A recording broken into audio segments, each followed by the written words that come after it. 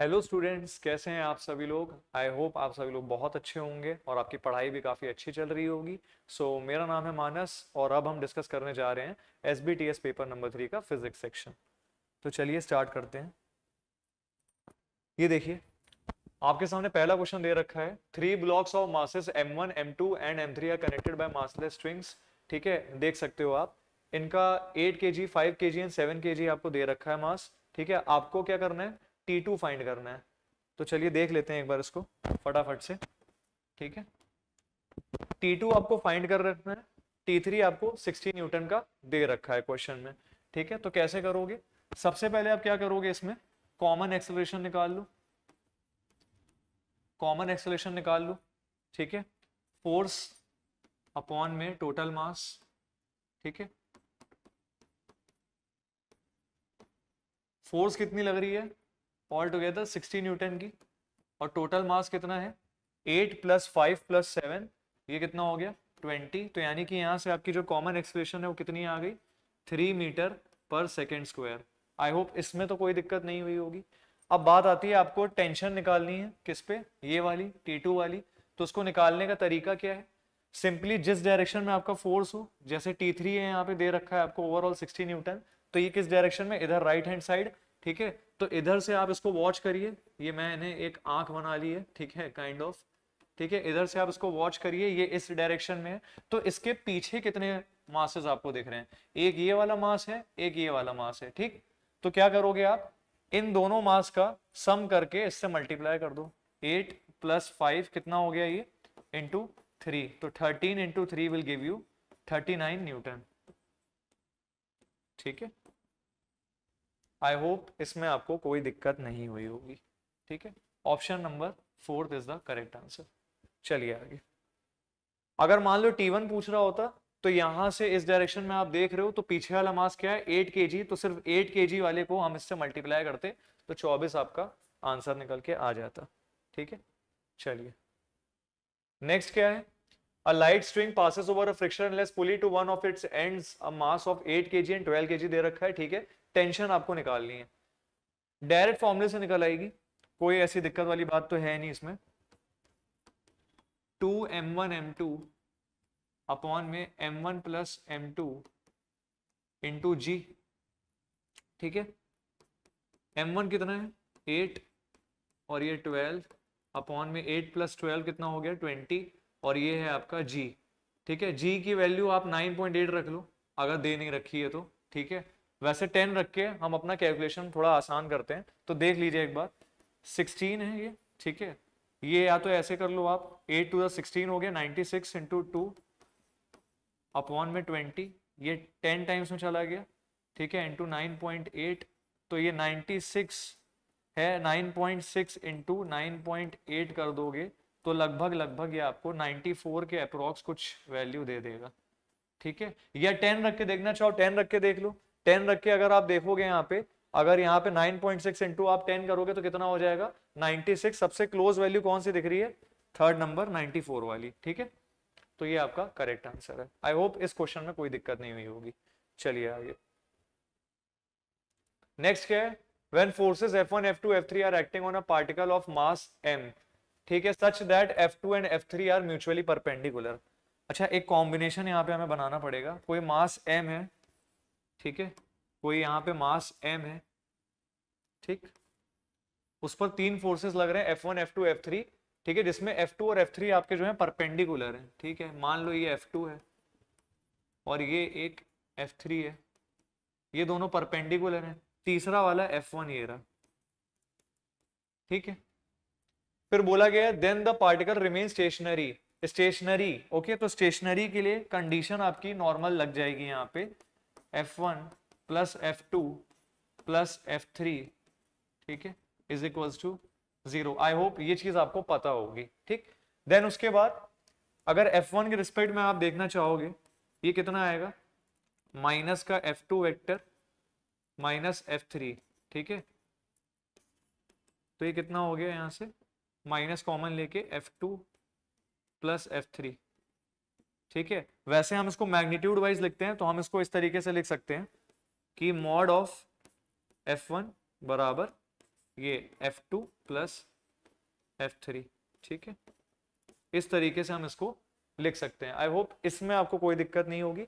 उसके बाद क्या बोला गया था आपसे, if the forces F1 is now removed then the acceleration of the particle is, F1 को यदि रिमूव कर दें, ठीक है, ये F1 है, इसको अगर हटा दिया जाता है तो रिमेनिंग बची हुई कितनी है, F2 प्लस F3 है ना। तो F नेट जो है आपकी यहाँ पे, F नेट जो है वो क्या होगी, F2 प्लस F3, यही बचेगी केवल, क्योंकि F1 को हटा दिया गया है, ठीक। तो एक्सप्रेशन आप कैसे निकालते हो, F net upon total mass. तो F नेट कितनी बची है आपके पास, F2 प्लस F3 वाली, ठीक है, F2 plus F3, F2 plus F3, मैं थोड़ा सा यहाँ पे स्पेस कम पड़ रहा है तो मैं यहाँ लिख देता हूँ फटाफट से, F2 प्लस F3, यहाँ पे F2 प्लस F3 वाली आपके पास बची, ठीक है, अपॉन में टोटल मास, मास तो केवल यही है m, ठीक है। अब F2 plus F3 upon m आपने कर लिया, तो ये देखिए F2 प्लस F3 ये रहा, इसको कैसे रिजोल्व करोगे भाई, देखो परपेंडिकुलर है, परपेंडिकुलर है तो क्या मैं इसको इस तरीके से रिजोल्व कर सकता हूँ, F2 square plus F3 square, बिल्कुल कर सकता हूँ, ठीक। और ये किसके बराबर है, F1 के बराबर है, तो बस इसको इससे रिप्लेस कर दीजिए, कितना आएगा, F1 अपॉन में m, ठीक है। Option number 1 is the correct answer. चलिए, आई होप इसमें आपको कोई दिक्कत नहीं हुई होगी। नेक्स्ट, ठीक है, inertia is the property by virtue of which the body is unable to change by itself the state of rest only, नहीं, मोशन के लिए भी एप्लीकेबल है, तो ये वाला assertion तो आपका गलत हो गया, ठीक है, सिर्फ रेस्ट के लिए नहीं। देन उसके बाद क्या लिखा, the bodies do not change their state unless acted upon bye unbalance external force, बिल्कुल सही है, Newton's first law of motion, कोई बॉडी अगर रेस्ट पर है तो वो रेस्ट पर ही रहेगी, मोशन में है तो मोशन में ही रहेगी, अनटिल अनलेस कोई अनबैलेंस्ड एक्सटर्नल फोर्स उस पर ना अप्लाई कर दिया जाए, ठीक है। तो मेरे ख्याल से ये चीज आपको क्लियर होगी। तो एजर्शन आपका फॉल्स है, रीजन ट्रू है, तो fourth option is the correct answer. चलिए, नेक्स्ट क्या है, a block of mass 6 kg, ठीक है, क्या लिखा है, is resting on a rough horizontal surface for which the coefficient of friction is 0.3 when a force of F 50 Newton is applied at an angle of 30 degree with the horizontal acceleration of the block will be। चलिए इस question को भी एक बार देख लेते हैं फटाफट से। मास कितना दे रखा है आपको, 6 kg, ठीक है, एंगल कितना है यहाँ पे 30 डिग्री, तो यहां से दो कंपोनेंट बना लेगा ना, देखो 30 डिग्री पे है तो कुछ कंपोनेंट्स भी बनेंगे, ये क्या हो गया F cos 30, ठीक है, थीटा जिसके साथ एकदम लगा हुआ होता है वो cos, ठीक। उसके बाद ये वाला भी कुछ कंपोनेंट होगा, ठीक है, ये कौन सा होगा, F sin 30 डिग्री, ओके, मेरे ख्याल से इसमें कोई दिक्कत नहीं हुई होगी। उसके बाद क्या है, इधर इस ब्लॉक की वजह से नीचे भी कुछ लग रहा होगा, mg मान लो, ठीक है, mg आ रहा होगा, ठीक है। उसके बाद इस सरफेस की वजह से इस पर एक नॉर्मल लगेगा यहाँ पे, ठीक, यहाँ पे एक नॉर्मल भी लग रहा होगा, ठीक। अब फोर्स इधर आपका है F cos 30, इधर एक कंपोनेंट था F sin 30, ठीक, इधर एक अपोजिट डायरेक्शन में फ्रिक्शन भी होगा जो उसको अपोज करेगा, है ना, यहां पे एक फ्रिक्शनल फोर्स होगा, चलो ठीक है, यहां तक मेरे ख्याल से कोई दिक्कत नहीं हुई होगी। अब हमें क्या करना है, अब इसको हम रिजॉल्व करते हैं फटाफट से, ठीक है।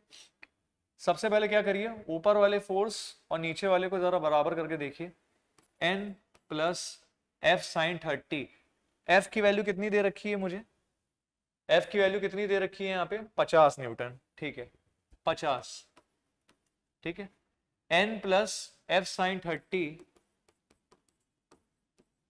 बराबर कितना है ये mg, ठीक, यहां से अगर नॉर्मल निकालने की कोशिश करोगे तो कितना आएगा mg minus F sin 30, okay.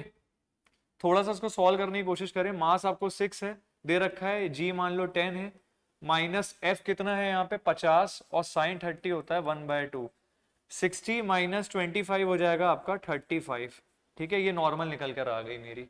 Then अब मैं क्या करूंगा, लेफ्ट वाले को राइट वाले के रिस्पेक्ट में एक बार चेक करूंगा, ठीक है। फ्रिक्शनल फोर्स की अगर आप बात करोगे तो ये क्या होगी, म्यू इंटू एन। म्यू की वैल्यू कितनी दे रखी है 0.3 और नॉर्मल आपका कितना है 35, ठीक। नॉर्मल आपका कितना है 35। मेरे ख्याल से यहां तक आपको कोई दिक्कत नहीं हुई होगी। तो ये 0.3 इंटू 35 लगभग कितना हो जाएगा 10.5 के आसपास, ठीक है। अब सुनिए जरा, म्यू एन आ गया 10.5, एफ कॉस 30 के लिए निकालिए, एफ कितना है 50, कॉस 30 कितना होगा आपका √3/2, तो ये आ जाएगा 25√3, करीब करीब 43 के आसपास कुछ आ रहा होगा, ठीक है। 43 के आसपास आ गया। अब आपको एक्सेलरेशन निकालनी है, एक्सेलरेशन निकालेंगे, ठीक है। तो नेट फोर्स अपॉन मास, ठीक है। तो मास आपका कितना दे रखा है 6 kg और फोर्स आपको निकालनी है, ये 10.5 है, ये 43 है। 43 में से 10.5 आप हटा दीजिए तो लगभग कितना 33 के आसपास हम एज्यूम कर लेते हैं इसको, 33/6, तो ये लगभग 5.5 के आसपास आपको वैल्यू दे देगा, ठीक है। आई होप इसमें आपको कोई दिक्कत नहीं हुई होगी। 5.5 मीटर पर सेकेंड स्क्वायर। चलिए आगे बढ़ते हैं। नेक्स्ट क्वेश्चन देखिए क्या दे रखा है आपको, अ coin of mass 10 gram is placed over a book of length 50 centimeter. The coin is on the verge of sliding when one end of the book is lifted 10 centimeter up. अच्छा, कह रहा है मान लो एक कॉइन तो नहीं, अभी जैसे पेन है मेरे पास, तो ये एक स्पाइरल कॉपी है, इस पे मैंने पेन रख दिया, इसकी कुछ लेंथ होगी। तो ये कह रहा है इसको मान लीजिए 50 सेंटीमीटर की बुक की लेंथ थी, जिसमें अगर आपने इसको 10 सेंटीमीटर लिफ्ट किया तो जो कॉइन है आपका वो फिसलना शुरू हो जाएगा। मतलब मान लो ऐसे एज्यूम कर लो कि इसको अगर हम कुछ हाइट लिफ्ट कर दें ऐसे ऐसे करके, तो हमारा जो पेन है वो फिसलना शुरू हो जाता है इस तरीके से, राइट। तो सिमिलरली ऐसी कुछ कहानी हुई है कॉइन के साथ कि मान लो यहाँ पे एक बुक है 50 सेंटीमीटर की, ठीक है, और 50 सेंटीमीटर की और 10 सेंटीमीटर इसको ऐसे एक तरफ से उठाया जाता है सो दैट आपका जो कॉइन है वो फिसलना शुरू हो जाए, ठीक है। तो कहीं ना कहीं इंक्लाइंड प्लेन बन रहा होगा यहाँ पे, तो इसको हम 10 सेंटीमीटर यहाँ पे उठा दीजिए, ठीक है, यहाँ उठा देते 10 सेंटीमीटर, ठीक है, 10 सेंटीमीटर, ठीक। तो ये जो कॉइन होगा यहाँ पे, कोई कॉइन रखा होगा, ठीक है, वो स्लिप करना स्टार्ट कर देगा या स्लाइड करना जो भी आप कह लें स्टार्ट कर देगा। तो आपको क्या करना है, कोफिशिएंट ऑफ स्टैटिक फ्रिक्शन बताना है, ठीक है। आसान है यार, ये थीटा एंगल कुछ बन रहा है, आपको क्या क्या दिख रहा है 10 सेंटीमीटर परपेंडिकुलर और ये 50 सेंटीमीटर का बेस, ठीक है। अगर आपको ये रिलेशन पता है तो बहुत अच्छी बात है, अदरवाइज देख लीजिए mu s is equal to tan theta static friction के लिए। तो यहाँ पे कितना है परपेंडिकुलर आपको कितना दे रखा है 10 और बेस कितना है 50, ठीक है। तो ये कितना आ जाएगा यहाँ से 0.2, ठीक। तो fourth option is the correct answer. आगे चलते हैं। तो चलिए नेक्स्ट क्वेश्चन देख लेते हैं क्या दे रखा है, the upper half of an incline plane of the inclination theta is perfectly smooth while the lower half is rough, ठीक है। एक इंक्लाइन प्लेन है जिसका अपर हाफ जो है स्मूथ है और लोअर हाफ जो है रफ है, ठीक है। A body starts from rest at the top, ठीक है। इंक्लाइंड के टॉप वाले साइड से एक बॉडी को रिलीज किया गया है, पहले वो रेस्ट पर थी, ठीक है, और बॉटम में उसका जो कोफिशिएंट ऑफ फ्रिक्शन होगा लोअर हाफ के लिए वो कितना होगा, ठीक है। तो इसका मतलब ये एक इंक्लाइन प्लेन है, यहाँ पे एक बॉडी है, ठीक है, जिसको रिलीज कर देंगे हम। पहले तो इनिशियली रेस्ट पर थी तो इनिशियल वेलोसिटी 0 हो गई, और यहाँ पर ये ब्लॉक स्लाइड करता हुआ अगर आप इसको यहाँ से रिलीज करोगे तो कहीं यहाँ पर आएगा, ठीक है, फिर उसके बाद धीरे धीरे करके यहाँ पर आ जाएगा, ठीक। अपर हाफ जो है इसका ये वाला पोर्शन जो है स्मूथ है और ये वाला जो पोर्शन है वो रफ है, ठीक है। अपर हाफ जो है स्मूथ है, लोअर वाला जो है वो रफ है। इसके लिए लेंथ मान लो L है, ठीक है, और इसके लिए भी L है, तो टोटल लेंथ हमारी 2L हो गई। यहाँ से स्मूथ पार्ट के लिए L और यहाँ से रफ पार्ट के लिए L हो गई। बॉडी पहले रेस्ट पर थी, ठीक है, तो इसके लिए वेलोसिटी तो 0 हो गई। उसके बाद जब आपने रिलीज करना शुरू किया तो ये रिलीज हो जाएगी स्मूथ सरफेस पर।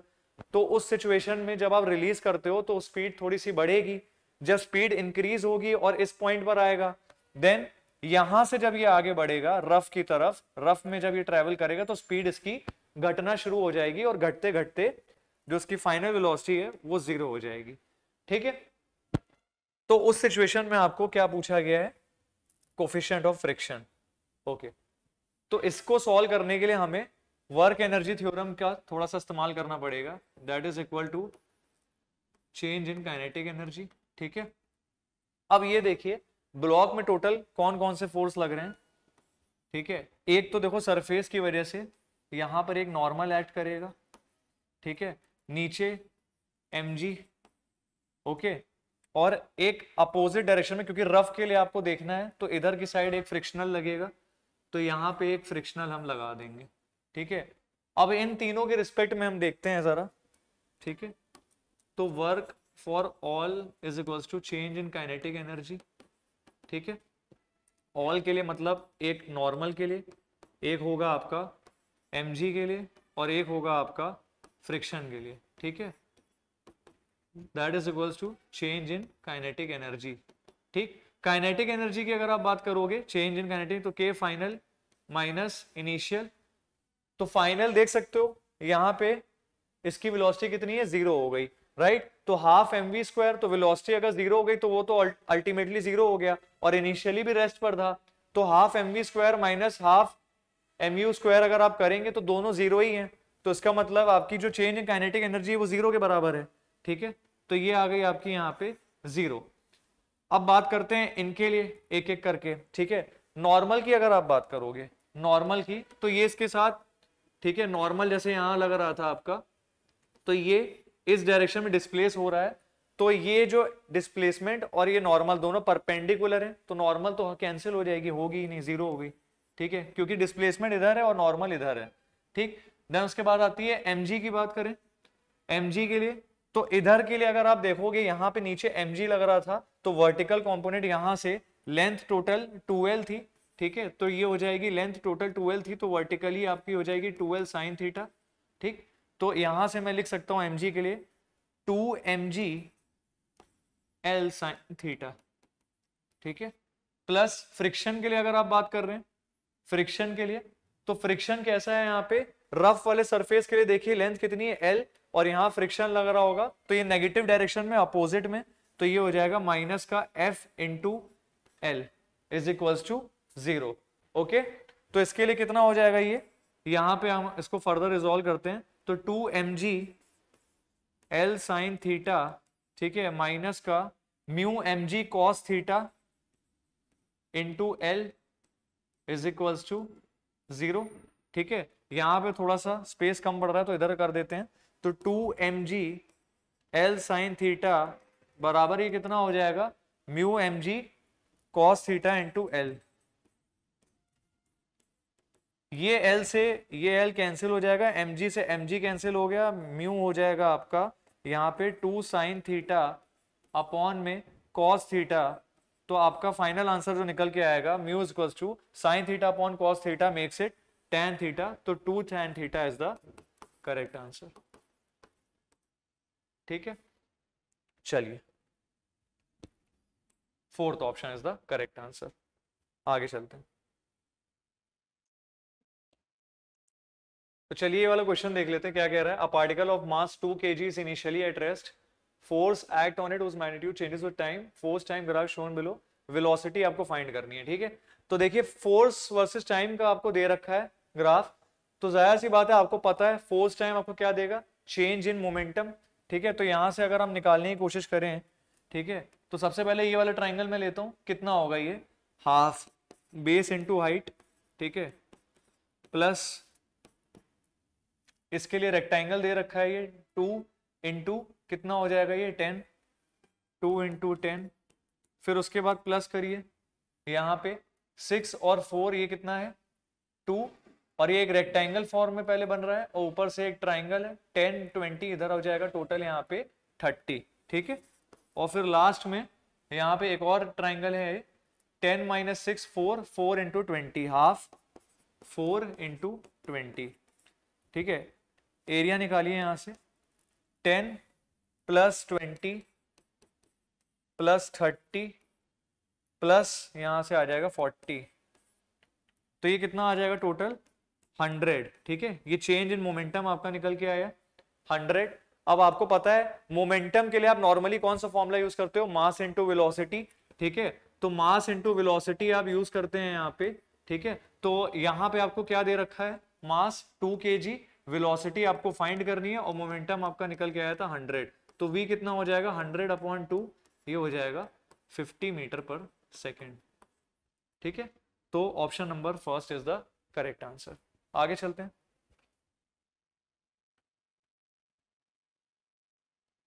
A bullet of mass 25 gram has an initial speed of 2 meter per second just before it starts penetrating a mud wall। ठीक है, सिचुएशन पहले ड्रॉ कर लेते हैं फटाफट से। एक बुलेट है मास 25 ग्राम्स की। ठीक है, एक बुलेट है मास 25 ग्राम्स की, has initial speed of 2 metre per second. ये बुलेट है कोई, ठीक है, 25 ग्राम्स की, मास इसका है 25 ग्राम्स। इसको केजी में कन्वर्ट करेंगे तो ये हो जाएगा 25 × 10⁻³ kg। ठीक, उसके बाद क्या हुआ, इसकी इनिशियल स्पीड आपको दे रखी थी 2 metre per second just before it starts penetrating a mud wall. ये आपके सामने एक मड वॉल मैंने बना दी है। ठीक है, ऑफ थिकनेस 25 सेंटीमीटर। 25 सेंटीमीटर मतलब 25 × 10⁻² मीटर हो जाएगा ये। ठीक है, 2 मीटर हो गया। If the wall offers a mean resistance, mean resistance का मतलब क्या है, जब आपकी बुलेट है वो इस वॉल को क्रॉस करेगी। ठीक है, इस वॉल को क्रॉस करेगी तो एक तरीके का जो फोर्स होगा वहां पे अप्लाई होगा। ठीक है, मीन रेजिस्टेंस का मतलब एक तरीके का वहां पे एक फोर्स अप्लाई हुआ है। ठीक, एक ऑपोजिट डायरेक्शन में, तो यहां पर एक रिटार्डेशन की जो कंडीशन है वो क्रिएट हो जाएगी। ठीक है, बुलेट यहां से पार हुई। ठीक है, तो इस पॉइंट पर आपको वेलोसिटी पूछ रहा है ये, यहां से बाहर निकलने के बाद। ठीक, तो इतना जो पोर्शन है, ठीक है, यहां पर तो जब बुलेट इसके अंदर ट्रेवल करके जा रही होगी तो एक फोर्स यहां पे अप्लाई हो रहा है, मीन रेजिस्टेंस, यानी कि एक फोर्स अप्लाई हो रहा है जो उसको यहां पे अपोज करेगा, जिसकी वजह से एक रिटार्डेशन वाली सिचुएशन क्रिएट होगी। ठीक, तो आपसे पूछ रहा है जब बुलेट यहां से बाहर निकलेगी तो फाइनल वेलोसिटी आपकी कितनी होगी। ठीक है, तो देख लेते हैं जरा इसको कैसे करेंगे। एक्सेलरेशन अगर आप निकालने की कोशिश करो यहां से, तो फोर्स अपॉन मास होता है। फोर्स आपको कितना दे रखा है 5 × 10⁻², और मास कितना दे रखा है आपको यहाँ पे 25 × 10⁻³ ठीक है, तो ये 5 टाइम्स से कैंसिल आउट होगा। ऊपर क्या बचेगा 0.2 × 10⁻² × 10⁻+3, 0.2 × 10 यानी कि ये हो जाएगा 2 मीटर पर सेकेंड स्क्वायर। ये आ गई आपकी एक्सेलरेशन। ठीक, अब सुनिए, एक्सेलरेशन आपको दे रखी है। ठीक है, आपके पास यहाँ पे इनिशियल वेलोसिटी भी है, फाइनल आपको फाइंड करनी है। ठीक, तो आप काइनेमेटिक्स की इक्वेशन का यूज करिए यहाँ पे। ठीक है, v² = u² + 2as। अब एक्सेलरेशन यहाँ पे 2 मीटर पर सेकेंड स्क्वायर है, पर मैंने बोला यहाँ पे रिटार्डेशन वाली कंडीशन क्रिएट हो जाएगी, जिसकी वजह से यहाँ पे एक नेगेटिव साइन आ जाएगा आपका। ठीक है, तो यहाँ पे हम लिख सकते हैं v² = u कितना है आपका 2 का स्क्वायर मतलब 4, और ये हो जाएगा माइनस का 2as, यानी कि एक्सेलरेशन है आपका 4 और कितना है आपका डिस्टेंस यहाँ पे 25 × 10⁻³ तो 4 × 25 × 10⁻² हो जाएगा ये 1। तो v² यहाँ से कितना आ गया 3 के बराबर, यानी कि v की वैल्यू कितनी हो गई √3 लगभग 1.73 मीटर पर सेकेंड के आसपास। ठीक है, तो आई होप इसमें आपको कोई दिक्कत नहीं हुई होगी। तो first option is the correct answer. आगे चलते हैं।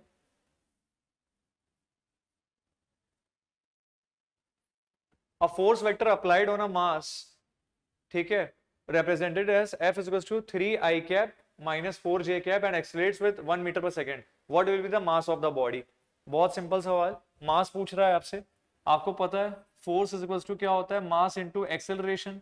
ठीक, तो आपको क्या करना है यहाँ पे मास निकालना है, तो मास हो जाएगा फोर्स अपॉन एक्सेलरेशन। फोर्स कितना है 3i cap - 4j cap। तो जब भी आपको वेक्टर फॉर्म में जब आप बात करते हैं i cap j cap के फॉर्म में अगर आपको कुछ दे रखा हो तो उस सिचुएशन में हम क्या करते हैं अक्सर मैग्नीट्यूड लेते हैं, राइट। तो वही काम यहाँ पे करेंगे, मैग्नीट्यूड ले लीजिए 3 का स्क्वायर प्लस -4 का स्क्वायर अपॉन में एक्सेलरेशन आपको कितनी दे रखा है 1, तो ये हो जाएगा 9 + 16 यानी कि अंडर रूट में 25/1 यानी कि 5 कितनी आ गई आपकी kg। चलिए ठीक है, okay, option B is the correct answer. Next,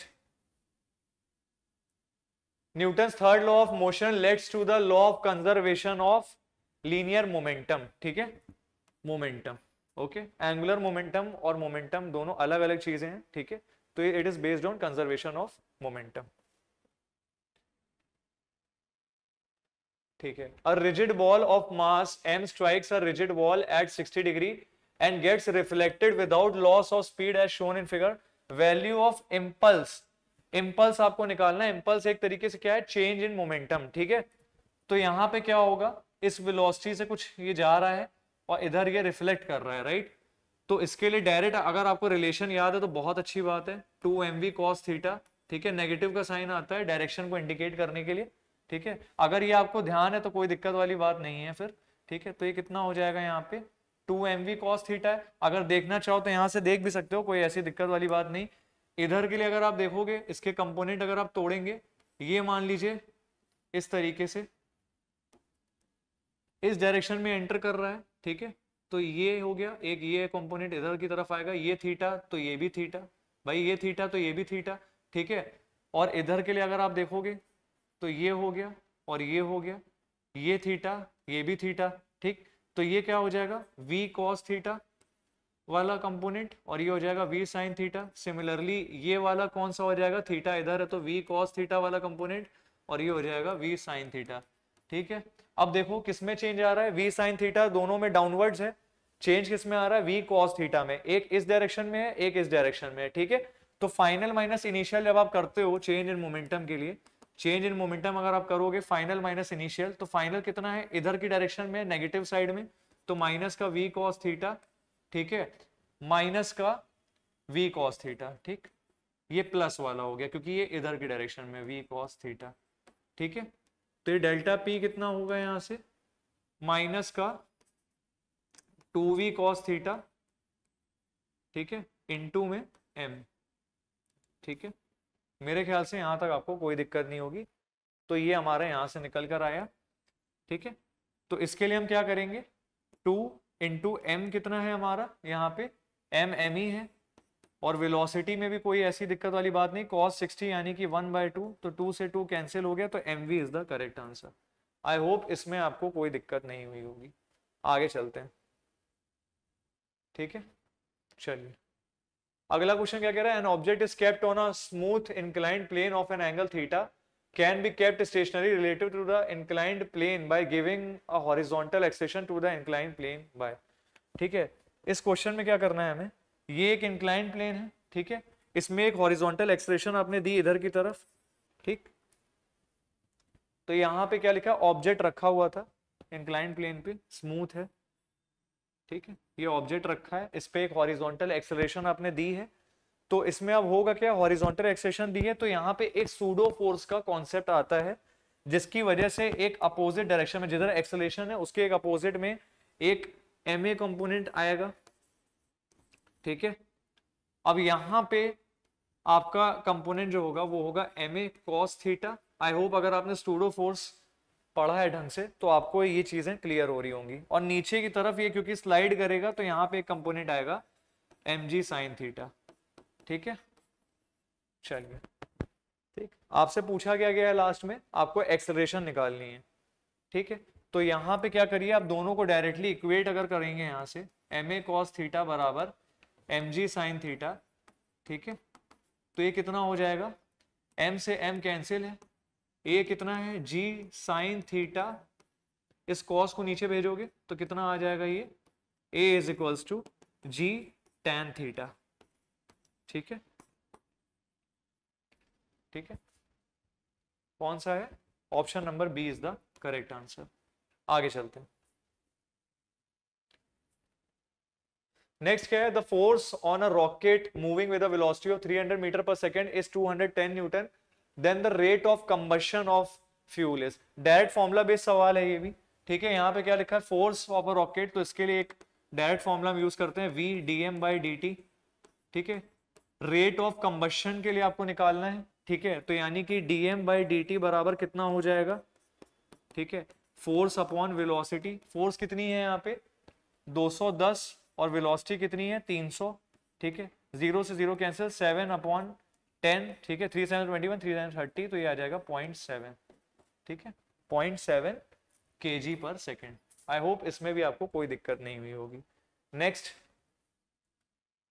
consider the following statement, frictional force between block and contact surface depends on area of contact. नहीं, सिर्फ एरिया ऑफ कॉन्टैक्ट पे तो डिपेंड नहीं करता है, तो ये स्टेटमेंट बिल्कुल गलत है, ठीक है। और लिखा है frictional force may also act when there is no relative motion between the contact surfaces, बिल्कुल सही, ठीक है। तो केवल बी वाली जो है आपकी सही, केवल एरिया पे, एरिया ऑफ कॉन्टैक्ट पे डिपेंड ये नहीं करता है, ठीक है। चलिए next, what is the maximum value of the force such that the block shown in the arrangement does not move. अच्छा, तो इसको कैसे सॉल्व करेंगे, ठीक है। इसका अगर आप एफवीडी बनाने की कोशिश करोगे तो ये मास है मान लो √3 kg, ठीक, √3 kg।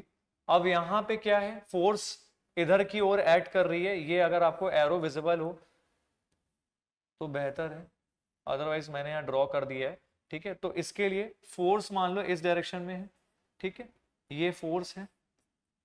अब यहाँ पे ये थीटा 60 डिग्री दे रखा है, ये थीटा आपका 60 डिग्री है यहाँ पे, ओके। तो इसके लिए अगर आप कंपोनेंट तोड़ने की कोशिश करेंगे, कंपोनेंट में तोड़ने की कोशिश करेंगे तो ये कौन सा हो जाएगा, ये वाला हो जाएगा f cos 60, ठीक है, और नीचे वाला हो जाएगा f sin 60, ठीक। सरफेस की वजह से ऊपर एक नॉर्मल भी लगेगी, ठीक है, तो ये नॉर्मल यहां लगेगी, और नीचे अगर आप देखोगे इस ब्लॉक का कुछ mg भी होगा, ठीक है, और इसके रिस्पेक्ट में एक अपोज करने वाला फ्रिक्शनल भी आएगा यहाँ पे Fr, ठीक। यहां तक मेरे ख्याल से कोई दिक्कत नहीं होगी। फ्रिक्शनल के लिए हम कैसे निकालते हैं, म्यू एन से। तो ये हमने टोटल जितनी भी हमारी कहानी हो रही थी वो हमने यहाँ पे ड्रॉ करके रख दी है। अब देखिए इसको सॉल्व करना है, तो पहले क्या करेंगे, n निकालिए आप, n इज इक्वल्स टू क्या हो जाएगा आपका mg प्लस f साइन 60, ठीक है। अभी मैं इसमें वैल्यूज पुट नहीं कर रहा हूं सो दैट मेरी कैलकुलेशन थोड़ी सी इजी हो जाए। उसके बाद आप क्या करोगे, लेफ्ट वाला बराबर राइट, ठीक है, मतलब फ्रिक्शनल फोर्स बराबर क्या है आपका f cos 60, ठीक। फ्रिक्शनल के लिए क्या रखेंगे आप, म्यू इंटू एन, एन की वैल्यू कितनी है mg प्लस f साइन 60, ठीक है, mg प्लस f साइन 60, ये हो जाएगा f cos 60 के बराबर, ठीक है। इसको थोड़ा सा खोलने की कोशिश करेंगे आप, तो mg के लिए आप रख सकते हैं म्यू, ठीक है, म्यू की वैल्यू कुछ दे रखी होगी यहाँ पे आपको 1/2√3, ठीक है। तो यहाँ पे इसकी वैल्यू हम पुट कर दें अगर 1/2√3, mg कितना है, m कितना दे रखा है आपको √3, और ये g की वैल्यू 10, तो √3 इंटू 10 कर दीजिए यहाँ पे, ठीक है, या 10√3 आप लिखना चाहो तो वैसे लिख लो, ठीक है। उसके बाद क्या है f साइन 60, ठीक है, f साइन 60 मतलब √3/2, √3/2 इंटू f इंटू 1/2 cos 60 की वैल्यू, ठीक है। अब उसके बाद क्या करेंगे आप एक काम करिए, यहां से √3 को कॉमन ले लीजिए, और यहां से ये 2 से 2 कैंसिल हो जाएगा, ठीक। अब यहां से आप √3 को थोड़ा कॉमन ले लीजिए, √3 को कॉमन अगर आप लेंगे तो ये कितना होगा 10 प्लस f/2 आ जाएगा, 10 प्लस f/2 बराबर में कितना हो गया ये f, ठीक है। तो यहां से अगर आप देखेंगे √3 को आपने कॉमन लिया है, नीचे ऑलरेडी √3 था, √3 से √3 कैंसिल हो जाएगा, f/2 ये 10 is equals to f plus f minus f/2 कितना हो गया 2f माइनस f/2, ठीक है। तो 10 बराबर f/2, तो ये कितना हो जाएगा f की वैल्यू 20 न्यूटन, ठीक है। एक बार आपने सब कुछ ड्रॉ वगैरह कर लिया कि नॉर्मल किधर लग रहा है, mg क्या है, f sin 60, अगर सिचुएशन को आपने ड्रॉ करना सीख लिया तो उसके बाद तो नॉर्मल कैलकुलेशन से आपका आंसर आ ही जाना है, ठीक है। तो आगे चलते हैं। A man of mass 80 kg stands on a weighing scale in a lift which is moving upward with a uniform speed of 5 meter per second.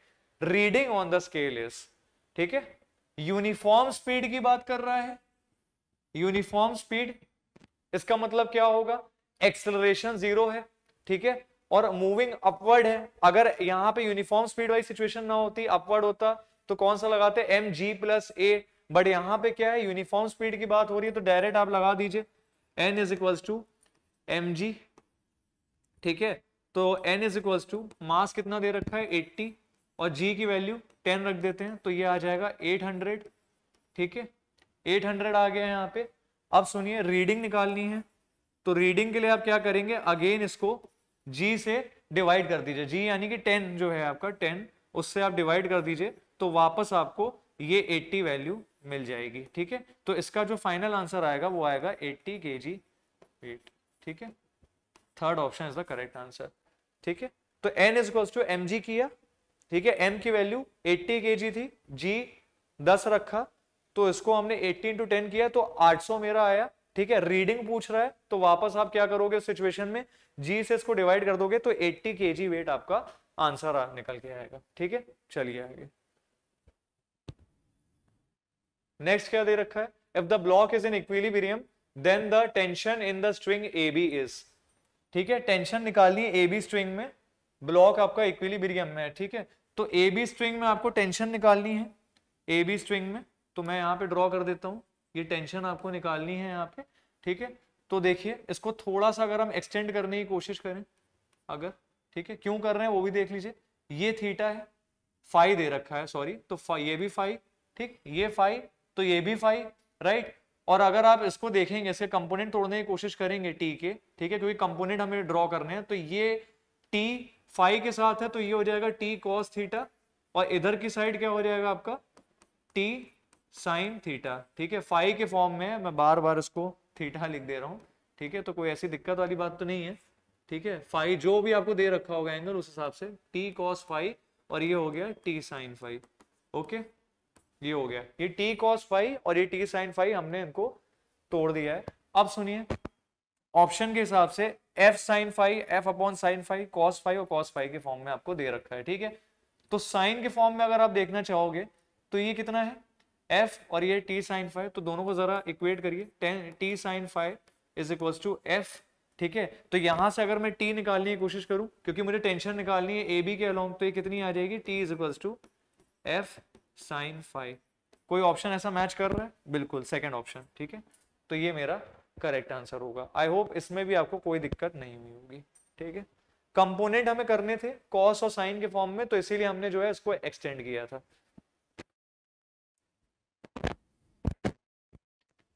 If an elevator is moving vertically downwards, ठीक है, vertically downwards जब होती है तो उसके लिए कौन सा केस होता है, डायरेक्ट आपको पता होगा एम जी माइनस ए, ठीक है, इसमें हमें बिल्कुल भी टाइम खराब करने की जरूरत नहीं है। A body of mass 5 kg collides with a wall with a speed 20 meters per second and rebounds with the same speed. अच्छा, if the time of contact is 1/10 second, the force exerted on wall is, ठीक है। तो देख लेते हैं जरा, force के respect में आपको निकालना है, ठीक है। तो ये कितना होता है, चेंज इन मोमेंटम अपॉन में चेंज इन टाइम, ठीक, delta P upon delta T. अब इसमें क्या है, body of mass 5 kg collides with a wall with speed 20 meter per second, और रिटर्न किससे कर रही है, and rebounds with the same speed, ठीक है, 20 मीटर पर सेकेंड, ठीक है, 20 मीटर पर सेकेंड से ही रिबाउंड कर रही है, और टाइम ऑफ कांटेक्ट आपको दे रखा है 1/10, ठीक है। डायरेक्ट सवाल है ये भी, कोई दिक्कत वाली बात नहीं है। v वेलोसिटी से गई, ठीक है, v वेलोसिटी से गई यहाँ पे, और v से ही वापस लौट के आ रही है, राइट, v से गई और v से ही वापस लौट के आ रही है। अगर आप इसकी सिचुएशन बनाना चाहोगे तो ये v से जा रही है और v से वापस लौट रही है वॉल से टकरा करके, तो इसके लिए अगर आपको चेंज इन मोमेंटम देखना है तो m v final minus v initial, तो माइनस का v माइनस v हो जाएगा, तो ये कितना हो जाएगा, माइनस का 2mv, ओके। तो 2mv के हिसाब से अगर आपने इसको रखा, 2 मास कितना है 5 kg, और वेलोसिटी इसकी कितनी है आपको 20 दे रखी है, अपॉन में टाइम कितना है 1/10, ठीक है। 10 इंटू 20 कितना हो गया 200, और ये 10 ऊपर जाएगा तो ये कितना हो जाएगा 2000, ओके। तो 2000 is the correct answer, option number 4। चलिए आगे, अब क्या लिखा है, block is placed on the top of an incline plane of an inclination theta kept on the floor of a lift which is moving down with the acceleration a. The coefficient of friction between the block and the incline so that the block moves down with a constant velocity is. ठीक है, तो situation पहले देख लीजिए, coefficient of friction के respect में देखना है।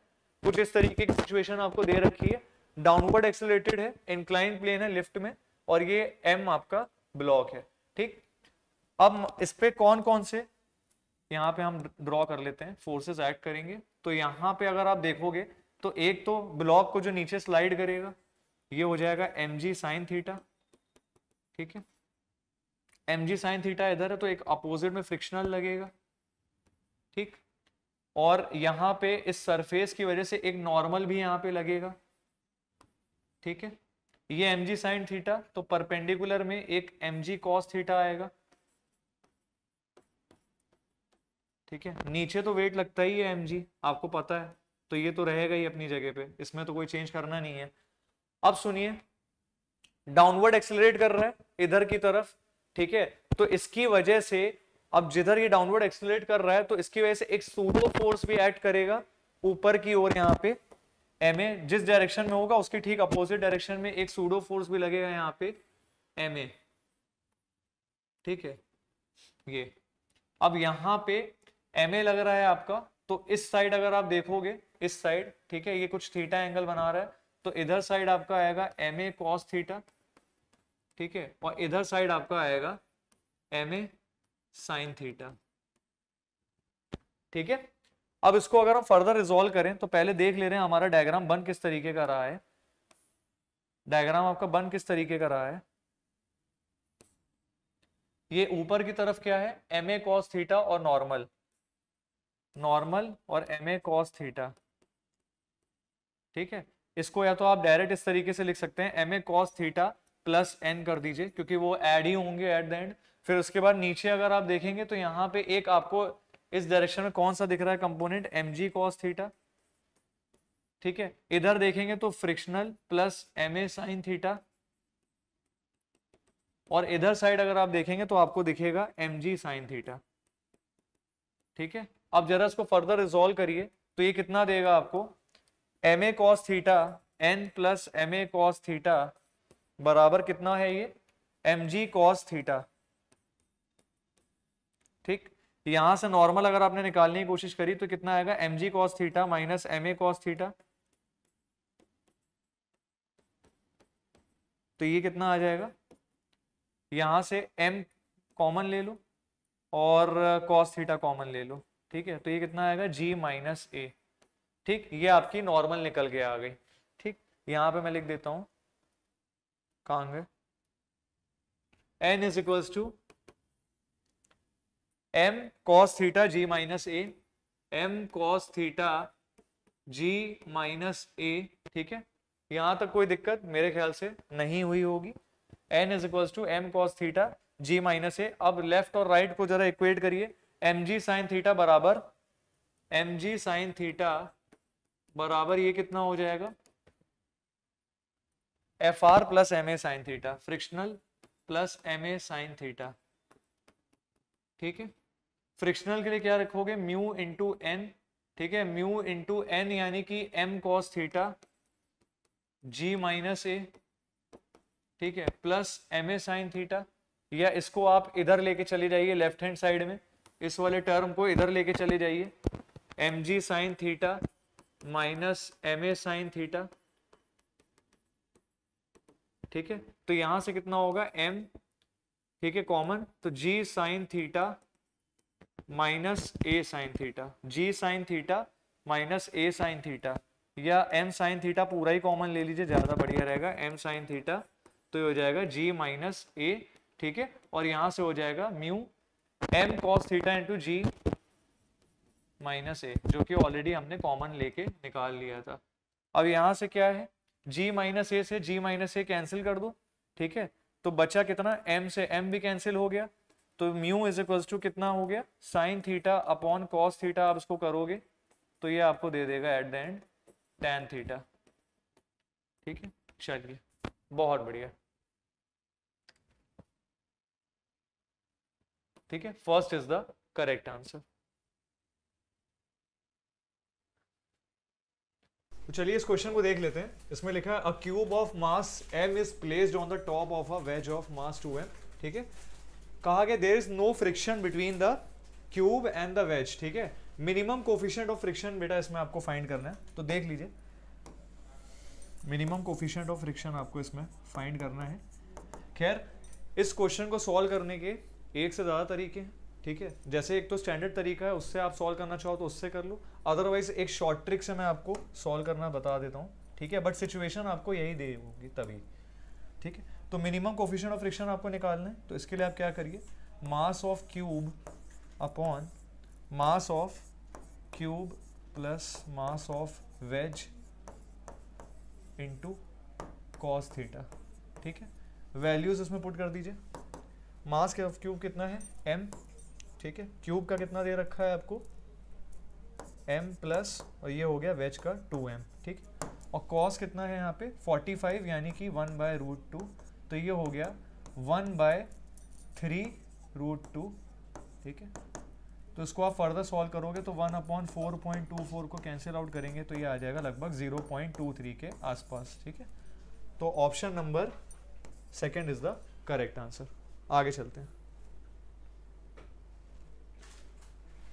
इसमें क्या कह रहा है, a block of mass m is held against a wall by applying a horizontal force F on the block. ठीक है, if the coefficient of friction between the block and the wall is mu दे रखा है, magnitude of frictional force आपको इसमें निकालना है। ठीक है, ब्लॉक पे तो मान लीजिए ये आपकी एक वॉल है। ठीक है, और ये ब्लॉक इसके सहारे लगा हुआ है, यहाँ पे इस पर एक हॉरिजॉन्टल फोर्स F आपने अप्लाई करी।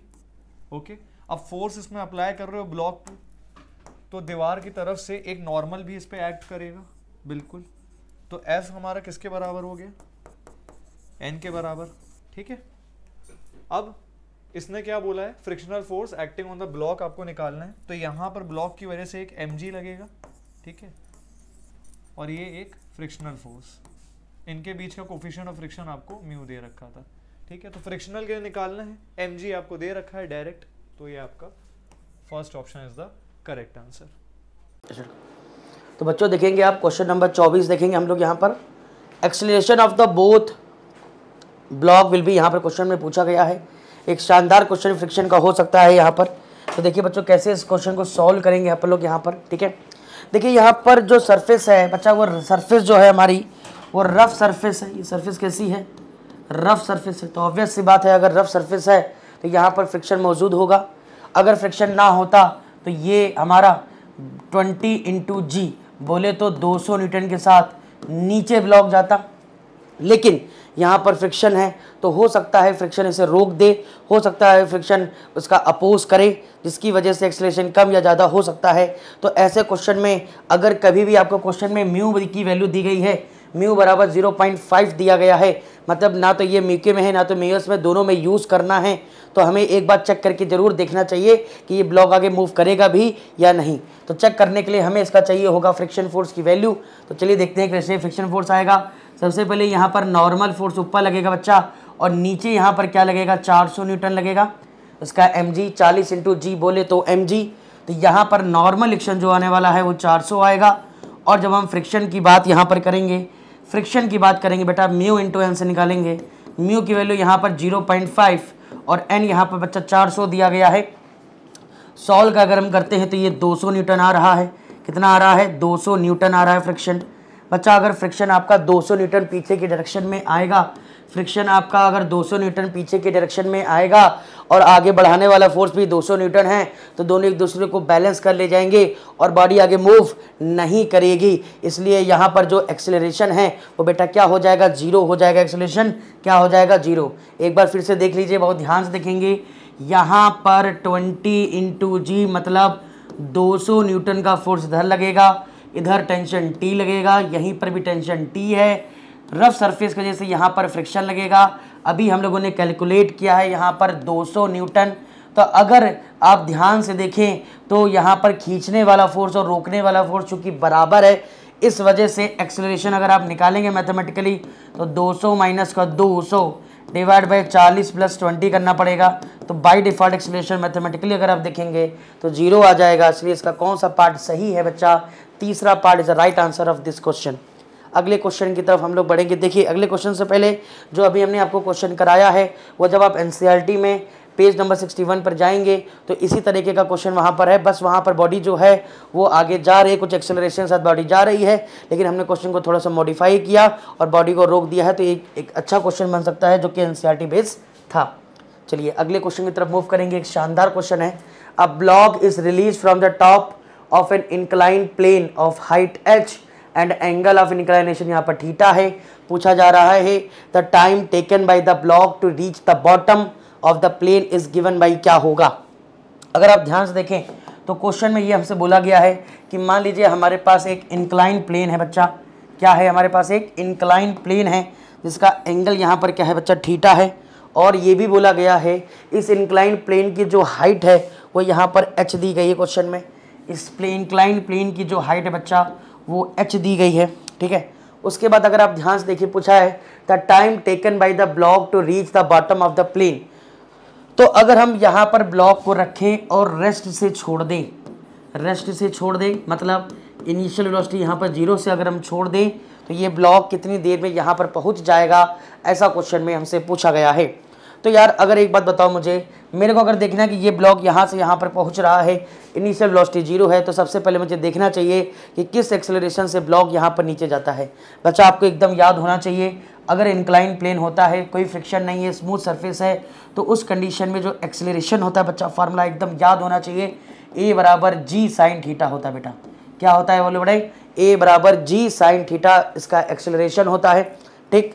अब अगर मान लीजिए ये जो लेंथ है आपकी, ये लेंथ हम कुछ कंसीडर कर लेते हैं। मान लीजिए ये लेंथ आपकी डी है। जस्ट इमेजिन ये जो ब्लॉक जो है यहाँ से यहाँ पर डिस्टेंस ट्रेवल कर रहा है, मान लीजिए क्या है? डी है। तो आप जरा बात कर लेते हैं, सिंपल सा इक्वेशन हम मोशन लगाता हूँ मैं। इनिशियल वेलोसिटी यहाँ पर 0 है, एक्सेलरेशन यहाँ पर जी साइन थीटा है, बॉडी जो ट्रैवल करे डिस्टेंस वो मान लीजिए वो डी है, और क्वेश्चन में हमसे टाइम पूछा गया है, तो भैया टाइम हमें यहाँ से निकालना है। सिंपल सा फार्मूला इक्वेशन हम मोशन लगाएंगे और आंसर आएगा। लेकिन प्रॉब्लम ये है कि आंसर डी के फॉर्म नहीं एच के फॉर्म में निकालना पड़ेगा। क्यों? क्योंकि क्वेश्चन में थीटा और एच दिया गया है, तो ऑब्वियस सी बात है हमें थीटा को और एच को रिड्यूस कराना पड़ेगा। अगर ये एक इंक्लाइन प्लेन है तो यहाँ पर हम सिंपल सा साइन थीटा का कॉन्सेप्ट लगा सकते हैं। साइन थीटा बराबर जो होगा वो एच अपॉन डी हो जाएगा, और मेरे हिसाब से डी की जो वैल्यू है वो एच अपॉन साइन थीटा हो जाएगी। जो वैल्यू उठा के हम यहाँ पुट कर सकते हैं, तो ब्लॉक कितना डिस्टेंस ट्रैवल कर रही है वो एच अपॉन साइन थीटा हो जाएगा। ठीक है बेटा। अब हमें देखो इनिशियल वेलोसिटी दी गई है, एक्सेलरेशन पता है, डिस्प्लेसमेंट दिया गया है, टाइम पूछा गया है, तो इक्वेशन ऑफ मोशन लगा देता हूँ मैं। एस बराबर बोलो बेटे U T plus half A T square. ठीक है, क्या लगाया हमने? U T plus half A T square. Distance तुम्हारी जो है वो एच साइन थीटा है, और इनिशियल वेलोसिटी यहाँ पर 0 है तो ये भी 0 हो गया। एक्सेलरेशन यहाँ पर जी साइन थीटा है, और टी स्क्वायर टी हमसे यहाँ पर बेसिकली पूछा गया है, तो हमने टी को इधर भेज दिया, 2 को, तो ये हो जाएगा 2h अपॉन जी साइन थीटा है तो जी साइन थीटा का स्क्वायर हो जाएगा, बराबर यहाँ पर टी स्क्वायर हो जाएगा। अब अगर आप इसका रूट लेते हैं, सीधे टी को भेजेंगे यहाँ से, तो टी बराबर जो बच्चा आने वाला है वो 1 अपॉन साइन थीटा कैलकुलेट करके आप देख सकते हैं, दैट इज 2h/g आ जाएगा। तो टी की वैल्यू जो यहाँ पर आने वाली है बेटा वो 1 upon sine theta under root के अंदर 2h/g आ जाएगी। अब देखते हैं किस ऑप्शन में ये दिया गया है। अगर ध्यान से देखें तो थर्ड ऑप्शन मेरे हिसाब से एकदम सही हो जाएगा, 1 upon sine theta under root के अंदर 2h/g। अब अगर हम बात करें कि एनसीईआरटी में किस पेज पर अकॉर्डिंग होना चाहिए, तो ये एक कॉमन फोर्स पर क्वेश्चन हो गया। कॉमन फोर्स भी आप कह सकते हैं, आप ये भी कह सकते हैं कि इसमें इक्वेशन ऑफ मोशन और साथ में एनएलएम को मिला करके ही यहाँ पर एक क्वेश्चन बनाया गया था। चलिए अगले क्वेश्चन की तरफ हम लोग मूव करेंगे। ये क्वेश्चन देखिए बड़ा शानदार क्वेश्चन है, आपने ये क्वेश्चन अटेम्प्ट किया होगा, क्वेश्चन नंबर 27। अगर आप ध्यान से देखें तो बोला गया है a given object takes n times as much time to slide down a 45 degree rough incline as it takes to slide down a perfectly smooth 45 degree incline. The coefficient of kinetic friction between the object and the incline is given by, हमसे question में यहाँ पर पूछा गया है। मैंने यहाँ पर साफ तौर पे ये लिखा हुआ है कि ये नीट 2025 के पर जो क्वेश्चन आए थे ठीक उसी पर ही आधारित है। बट नीट 2025 में यहाँ पर n टाइम की जगह बस 2 टाइम्स लिखा हुआ था और बेटा क्वेश्चन आपसे वहाँ पर पूछा गया था। पिछले साल भी यही क्वेश्चन कराया गया था, देखो इस बार भी वही क्वेश्चन करवाया जा रहा है। सेम क्वेश्चन है जैसे हमारे NCERT में दिए होते हैं, जैसे हमारे नीट एग्जाम में आते हैं। तो चलिए इस क्वेश्चन की तरफ मूव करते हैं, बड़ा शानदार क्वेश्चन है। A given block takes n time as much time to slide down a 45 degree rough incline as it take to slide down a perfectly smooth 45 degree incline। चलिए इस क्वेश्चन को देखते हैं। तो कहने का मतलब ये है कि हमारे पास बच्चा जो है एक नहीं दो, मान लीजिए इंक्लाइन प्लेन है, जस्ट इमेजिन, ठीक है। कितने इंक्लाइन प्लेन है हमारे पास, मान लीजिए 2 इंक्लाइन प्लेन है। दोनों इंक्लाइन प्लेन की खास बात ये है कि दोनों का एंगल यहाँ पर जो है वो थीटा है, ठीक है। बस एक जो है वो स्मूथ सरफेस है और एक जो है हमारी रफ सरफेस है। बेटा क्या है, हमारी रफ सरफेस है। और दोनों में हमने क्या है, ब्लॉक को, सेम ब्लॉक को हमने रेस्ट से छोड़ दिया है, रेस्ट से छोड़ दिया है बेटा। यहाँ पर इनिशियल वेलोसिटी यहाँ पर 0 है और इसको भी रेस्ट से छोड़ा है हम लोगों ने, तो इनिशियल वेलोसिटी बेटा इसकी भी क्या है, यहाँ पर 0 है, ठीक है। एक बात आपको यहाँ पर ध्यान रखनी है कि जब रफ सरफेस होता है तो जो एक्सेलरेशन होता है, जो थोड़ी देर पहले क्वेश्चन पे हमने बच्चा डिस्कस भी किया था, वो जो एक्सेलरेशन होता है बेटा वो g sin थीटा होता है। बेटा क्या होता है, g sin थीटा। हालांकि क्वेश्चन में थीटा की वैल्यू 45 डिग्री दी गई है, बट कोई बात नहीं, हम इस चीज़ को बाद में देख लेंगे, पहले हम थीटा के हिसाब से क्वेश्चन जरूर निकाल लेंगे। और अगर रफ सरफेस है तो इसका मतलब वहाँ पर कोएफिशिएंट ऑफ फ्रिक्शन म्यू भी होगा। और उस कंडीशन पे अगर आप यहाँ पर एक्सेलरेशन देखते हैं ध्यान से बच्चा, उस कंडीशन पे एक्सेलरेशन देखेंगे तो बेटा वो आता है g sin थीटा माइनस का म्यू के कॉस थीटा आता है। मैं यहाँ पर पूरा लिख नहीं पाया हूँ। और अगर मुझे लगता है कि कुछ बच्चों को शायद ये बात पता नहीं होगी कि ये टर्म्स कहाँ से सर ले आ रहे हैं, जी साइन थीटा माइनस का म्यू के कॉस थीटा, यहाँ पर एक्सेलरेशन ये होता है। एज ए नीट एस्पिरेंट हम आपसे यही गुजारिश करेंगे कि भैया अगर स्मूथ सरफेस है तो एक्सेलरेशन याद कर लीजिए, और अगर रफ सरफेस है तो एक्सेलरेशन याद कर लीजिए, अगर ब्लॉक मूव करता है और इस तरीके के केस बनते हैं तो। अगर आप ये जानना चाहते हैं कि ये दूसरा वाला केस में एक्सेलरेशन कैसे आया है, तो बड़ा सिंपल से लॉजिक है भैया। यहाँ पर नीचे mj लग रहा होता है और पीछे फ्रिक्शन लग रहा होता है। तो हम लोगों ने बचपन में एफ नेट का कॉन्सेप्ट पढ़ा होगा, एफ नेट बराबर जो होता है वो m इंटू ए होता है। अगर मैं यहाँ पर नेट फोर्स की बात करूँ तो आगे की तरफ mj साइन थीटा लगता है बेटा, और पीछे की तरफ काइनेटिक फ्रिक्शन एफ के लग रहा होगा, तभी बॉडी आगे मूव कर रही होगी। और इस हिसाब से अगर हम देखें तो जो एफ के की वैल्यू होती है वो म्यू के into M G cos theta होता है, ठीक है।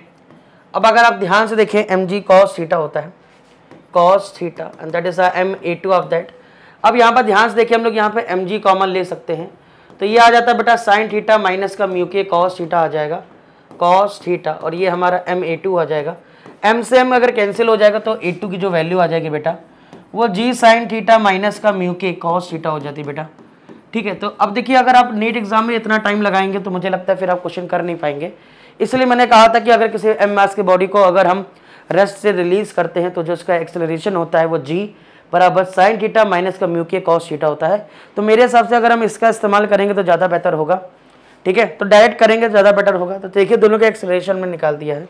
अब हम आपको एक छोटी सी बात यहाँ पर बताने वाले हैं कि अगर किसी भी बॉडी को रेस्ट से छोड़ा जाता है और दोनों की लेंथ मान लीजिए सेम है, दोनों की लेंथ क्या है, सेम है, और अगर दोनों की लेंथ सेम होती है तो जो टाइम होता है, अगर मैं टाइम की बात करूं तो टाइम किस पर डिपेंड करता है देख लेते हैं। आपने बचपन में मतलब पढ़ा होगा यहाँ पर s बराबर U T plus half A T square बेटा होता है। इनिशियल वेलोसिटी अगर 0 है तो हाफ ए टी स्क्वायर हो जाएगा। तो और यहाँ से अगर आप ध्यान से देखें तो टी स्क्वायर बराबर 2s अपॉन ए आता है, और अगर डिस्टेंस कॉन्स्टेंट है तो जो टी स्क्वायर होता है वो इनवर्सली प्रोपोर्शनल टू ए होता है। ऐसे केसेस में अगर आप ये बात याद रखेंगे तो आपका केस में क्वेश्चन और जल्दी लग जाएगा।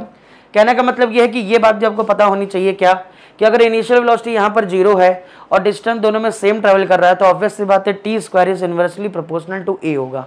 क्या होगा, T square is directly inversely proportional to a हो जाएगा। अब हम एक बार क्वेश्चन पे आ जाते हैं, एक बार देख लीजिए क्या लिखा हुआ है। A given object takes n times as much time to slide down a 45 degree rough incline as it take to slide down a perfectly smooth 45 degree incline, ठीक है। कहने का मतलब ये है कि अगर मान लीजिए स्मूथ में यहाँ से यहाँ तक जाने में लगा समय t1 है, ठीक है, तो रफ में यहाँ से यहाँ तक जाने का जो समय होगा वो n टाइम्स ऑफ t1 होगा। कहने का मतलब अकॉर्डिंग टू क्वेश्चन की अगर मैं बात करूँ तो क्वेश्चन में जो t2 है, जो दूसरे केस में जो टाइम लग रहा है वो पहले वाले टाइम का क्या हो जाएगा, बोलो बेटे, n टाइम्स हो जाएगा। ऐसे क्वेश्चन में बोला गया कितने टाइम हो जाएगा, n टाइम्स हो जाएगा। तो मेरे हिसाब से T2/T1 की जो वैल्यू होगी वो n के बराबर हो जाएगी। हमें इसका भी इस्तेमाल करना होगा। अब यहाँ पर देखो बेटा कितनी चीज़ें हो गई हैं, हमें क्या क्या चीज़ें पता है। पहला हमें एक्सीलरेशन पता है दोनों केस में, हमें ये भी पता है जो t² inversely proportional to a होता है, और क्वेश्चन में हमें T2/T1 की वैल्यू n दी गई है और यहाँ से हमसे म्यू की वैल्यू बेसिकली पूछी गई है। तो देखिए अब हम इसी चीज़ को इस्तेमाल करते हैं। क्या क्या चीज़ें दी गई हैं। पहले केस में जो एक्सेलरेशन है बेटा वो a बराबर g साइन थीटा है। दूसरे केस में जो एक्सेलरेशन है वो a बराबर g साइन थीटा माइनस का म्यू के कॉस थीटा है। आप परेशान मत बेटा, मैंने थीटा की वैल्यू भी रखी नहीं है ताकि मैं एक जनरल रिजल्ट निकाल सकूं, फिर थीटा की वैल्यू रख के हम आंसर निकाल भी लेंगे, कोई खास बात नहीं है। हमसे ये भी क्वेश्चन में बोला गया कि T2/T1 की जो वैल्यू होती है वो क्वेश्चन में n दी गई है, और हमने ये भी बता दिया कि जो t² होता है वो इन्वर्सली प्रोपोर्शनल टू a होता है।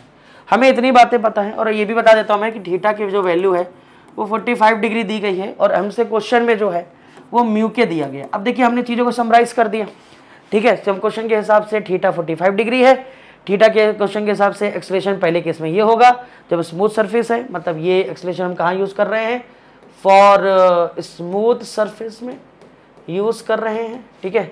और ये वाला जो है फॉर रफ सरफेस के लिए हम बच्चा इसको यूज़ कर रहे हैं। अकॉर्डिंग टू क्वेश्चन में ये हमें दिया गया है, और हमने बोला है कि अगर इनिशियल 0 है, इनिशियल वेलोसिटी बच्चा यहाँ पर 0 है, और डिस्टेंस अगर कांस्टेंट मान लें तो उस कंडीशन में हम लोग t² is inversely proportional to a लिख सकते हैं। अब हमने उतनी चीज़ को देखो समराइज कर दिया है ताकि अब हम चीज़ों को इजीली बता सकें। अब आप यहाँ पर ध्यान से देख लीजिए, मैं अगर रेशियो बना हुआ है तो उसको ऐसे भी लिखा जा सकता है T2/T1 का whole square is equal to, बोलो बेटा इन्वर्सली है तो A1/A2 भी लिखा जा सकता है। अब क्वेश्चन में T2/T1 क्वेश्चन में n दिया गया है, तो n² बराबर क्या हो जाएगा, A1 तुम्हारा क्या है अगर देखो ध्यान से, तो g साइन थीटा है, और ये की वैल्यू जो है हमारे पास g कॉमन ले लिया अगर हम, तो साइन थीटा माइनस का म्यू के कॉस थीटा हो जाएगा, ठीक है। ये हमारा n² आने वाला है। मैं इसको एक बार फिर से लिख देता हूँ, अब ध्यान से देख लीजिएगा जरा। यहाँ पर जो n² आने वाला है बेटा वो आ रहा है हमारा g साइन थीटा अपॉन, यहाँ से g कॉमन भी है, ओके।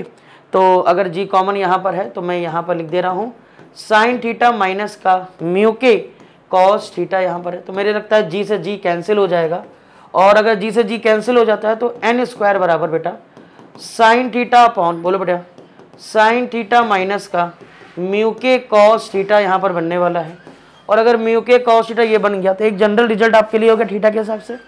बट क्वेश्चन में थीटा अगर 45 डिग्री दिया गया है तो ऑब्वियस सी बात है, हमें ये बात पता है कि साइन 45 और कॉस 45 की जो वैल्यू होती है बेटा वो सेम होती है। साइन 45 और कॉस 45 आप जानते ही हैं 1/√2 होता है, वो सेम होता है। तो यहाँ से अगर मैं साइन थीटा कॉमन में ले लूँ तो कॉमन लेने के बाद अगर ये कट जाएगा, अगर मैं साइन थीटा कॉमन ले लूँ यहाँ से, ठीक है, नीचे से साइन थीटा कॉमन ले लूँ, तो जो कि मैंने क्वेश्चन में बोला हुआ है कि साइन और कॉस बराबर है तो 1 माइनस का म्यू के ही तो सिर्फ बचेगा।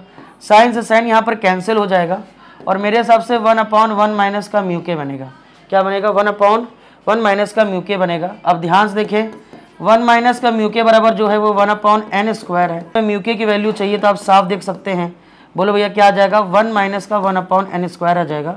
तो मेरे हिसाब से म्यू के की जो वैल्यू यहाँ पर आने वाली है वो 1 माइनस का 1/n² आ जाएगा। और ये बहुत अच्छा डिसीजन हो जाएगा कि जो म्यू के की जो वैल्यू हमारे पास है वो 1 माइनस का 1/n² है। अब आप आराम से आंसर को चेक कर सकते हैं बेटा।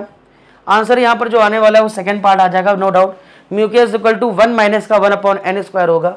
मैं आपसे ऐसे कहूँगा कि ये एक स्पेशल केस आप याद भी कर ले तो ज़्यादा बेहतर होगा। ये स्पेशल केस अगर आप याद कर ले, इस केस के हिसाब से थीटा जो होना चाहिए वो 45 डिग्री होना चाहिए, और जो दूसरे केस में जो टाइम लग रहा है वो पहले वाले टाइम का n टाइम्स अगर होता है तो आप ये चीज़ याद भी कर सकते हैं। म्यू के इज इक्वल टू 1 माइनस का 1/n² होता है। जब आपने, मैंने आपको बोला यहाँ पर नीट PYQ 2025 में बोला गया था, तो जब आप नीट 2025 का पेपर उठा के देखेंगे तो सेम क्वेश्चन है, बस यहाँ पर n की जगह 2 रखा गया है, और 2 की वैल्यू पुट करते ही हमें यहाँ पर म्यू के पता चल जाएगा, ठीक है। वो नीट 2025 में बोला गया था। तो ये बहुत ही शानदार क्वेश्चन हो जाता है, एक फ्रेम क्वेश्चन हो रहा है, तो प्लीज़ जरूर इस क्वेश्चन को देख लीजिएगा, ठीक है। क्वेश्चन में कुछ खास नहीं था, मैंने बोला मैंने 2 केस बना लिए थे, एक स्मूथ था और एक हमारे पास बेटा रफ सरफेस था। तो याद रखना है स्मूथ सरफेस में जो एक्सेलरेशन होता है वो g साइन थीटा होता है, और रफ सरफेस जो एक्सेलरेशन होता है वो जी साइन थीटा माइनस का म्यू के कॉस थीटा होता है। कैसे होता है मैंने आपको ये बता दिया है। दूसरी बात ये है कि अगर इनिशियल वेलोसिटी अगर जीरो है, डिस्प्लेसमेंट अगर कांस्टेंट होता है, मतलब बॉडी जितना चल रही है वो सेम चल रही है, तो उस कंडीशन में टी जो होता है, टी स्क्वायर जो होता है यूनिवर्सली प्रोपोर्शनल टू ए होता है।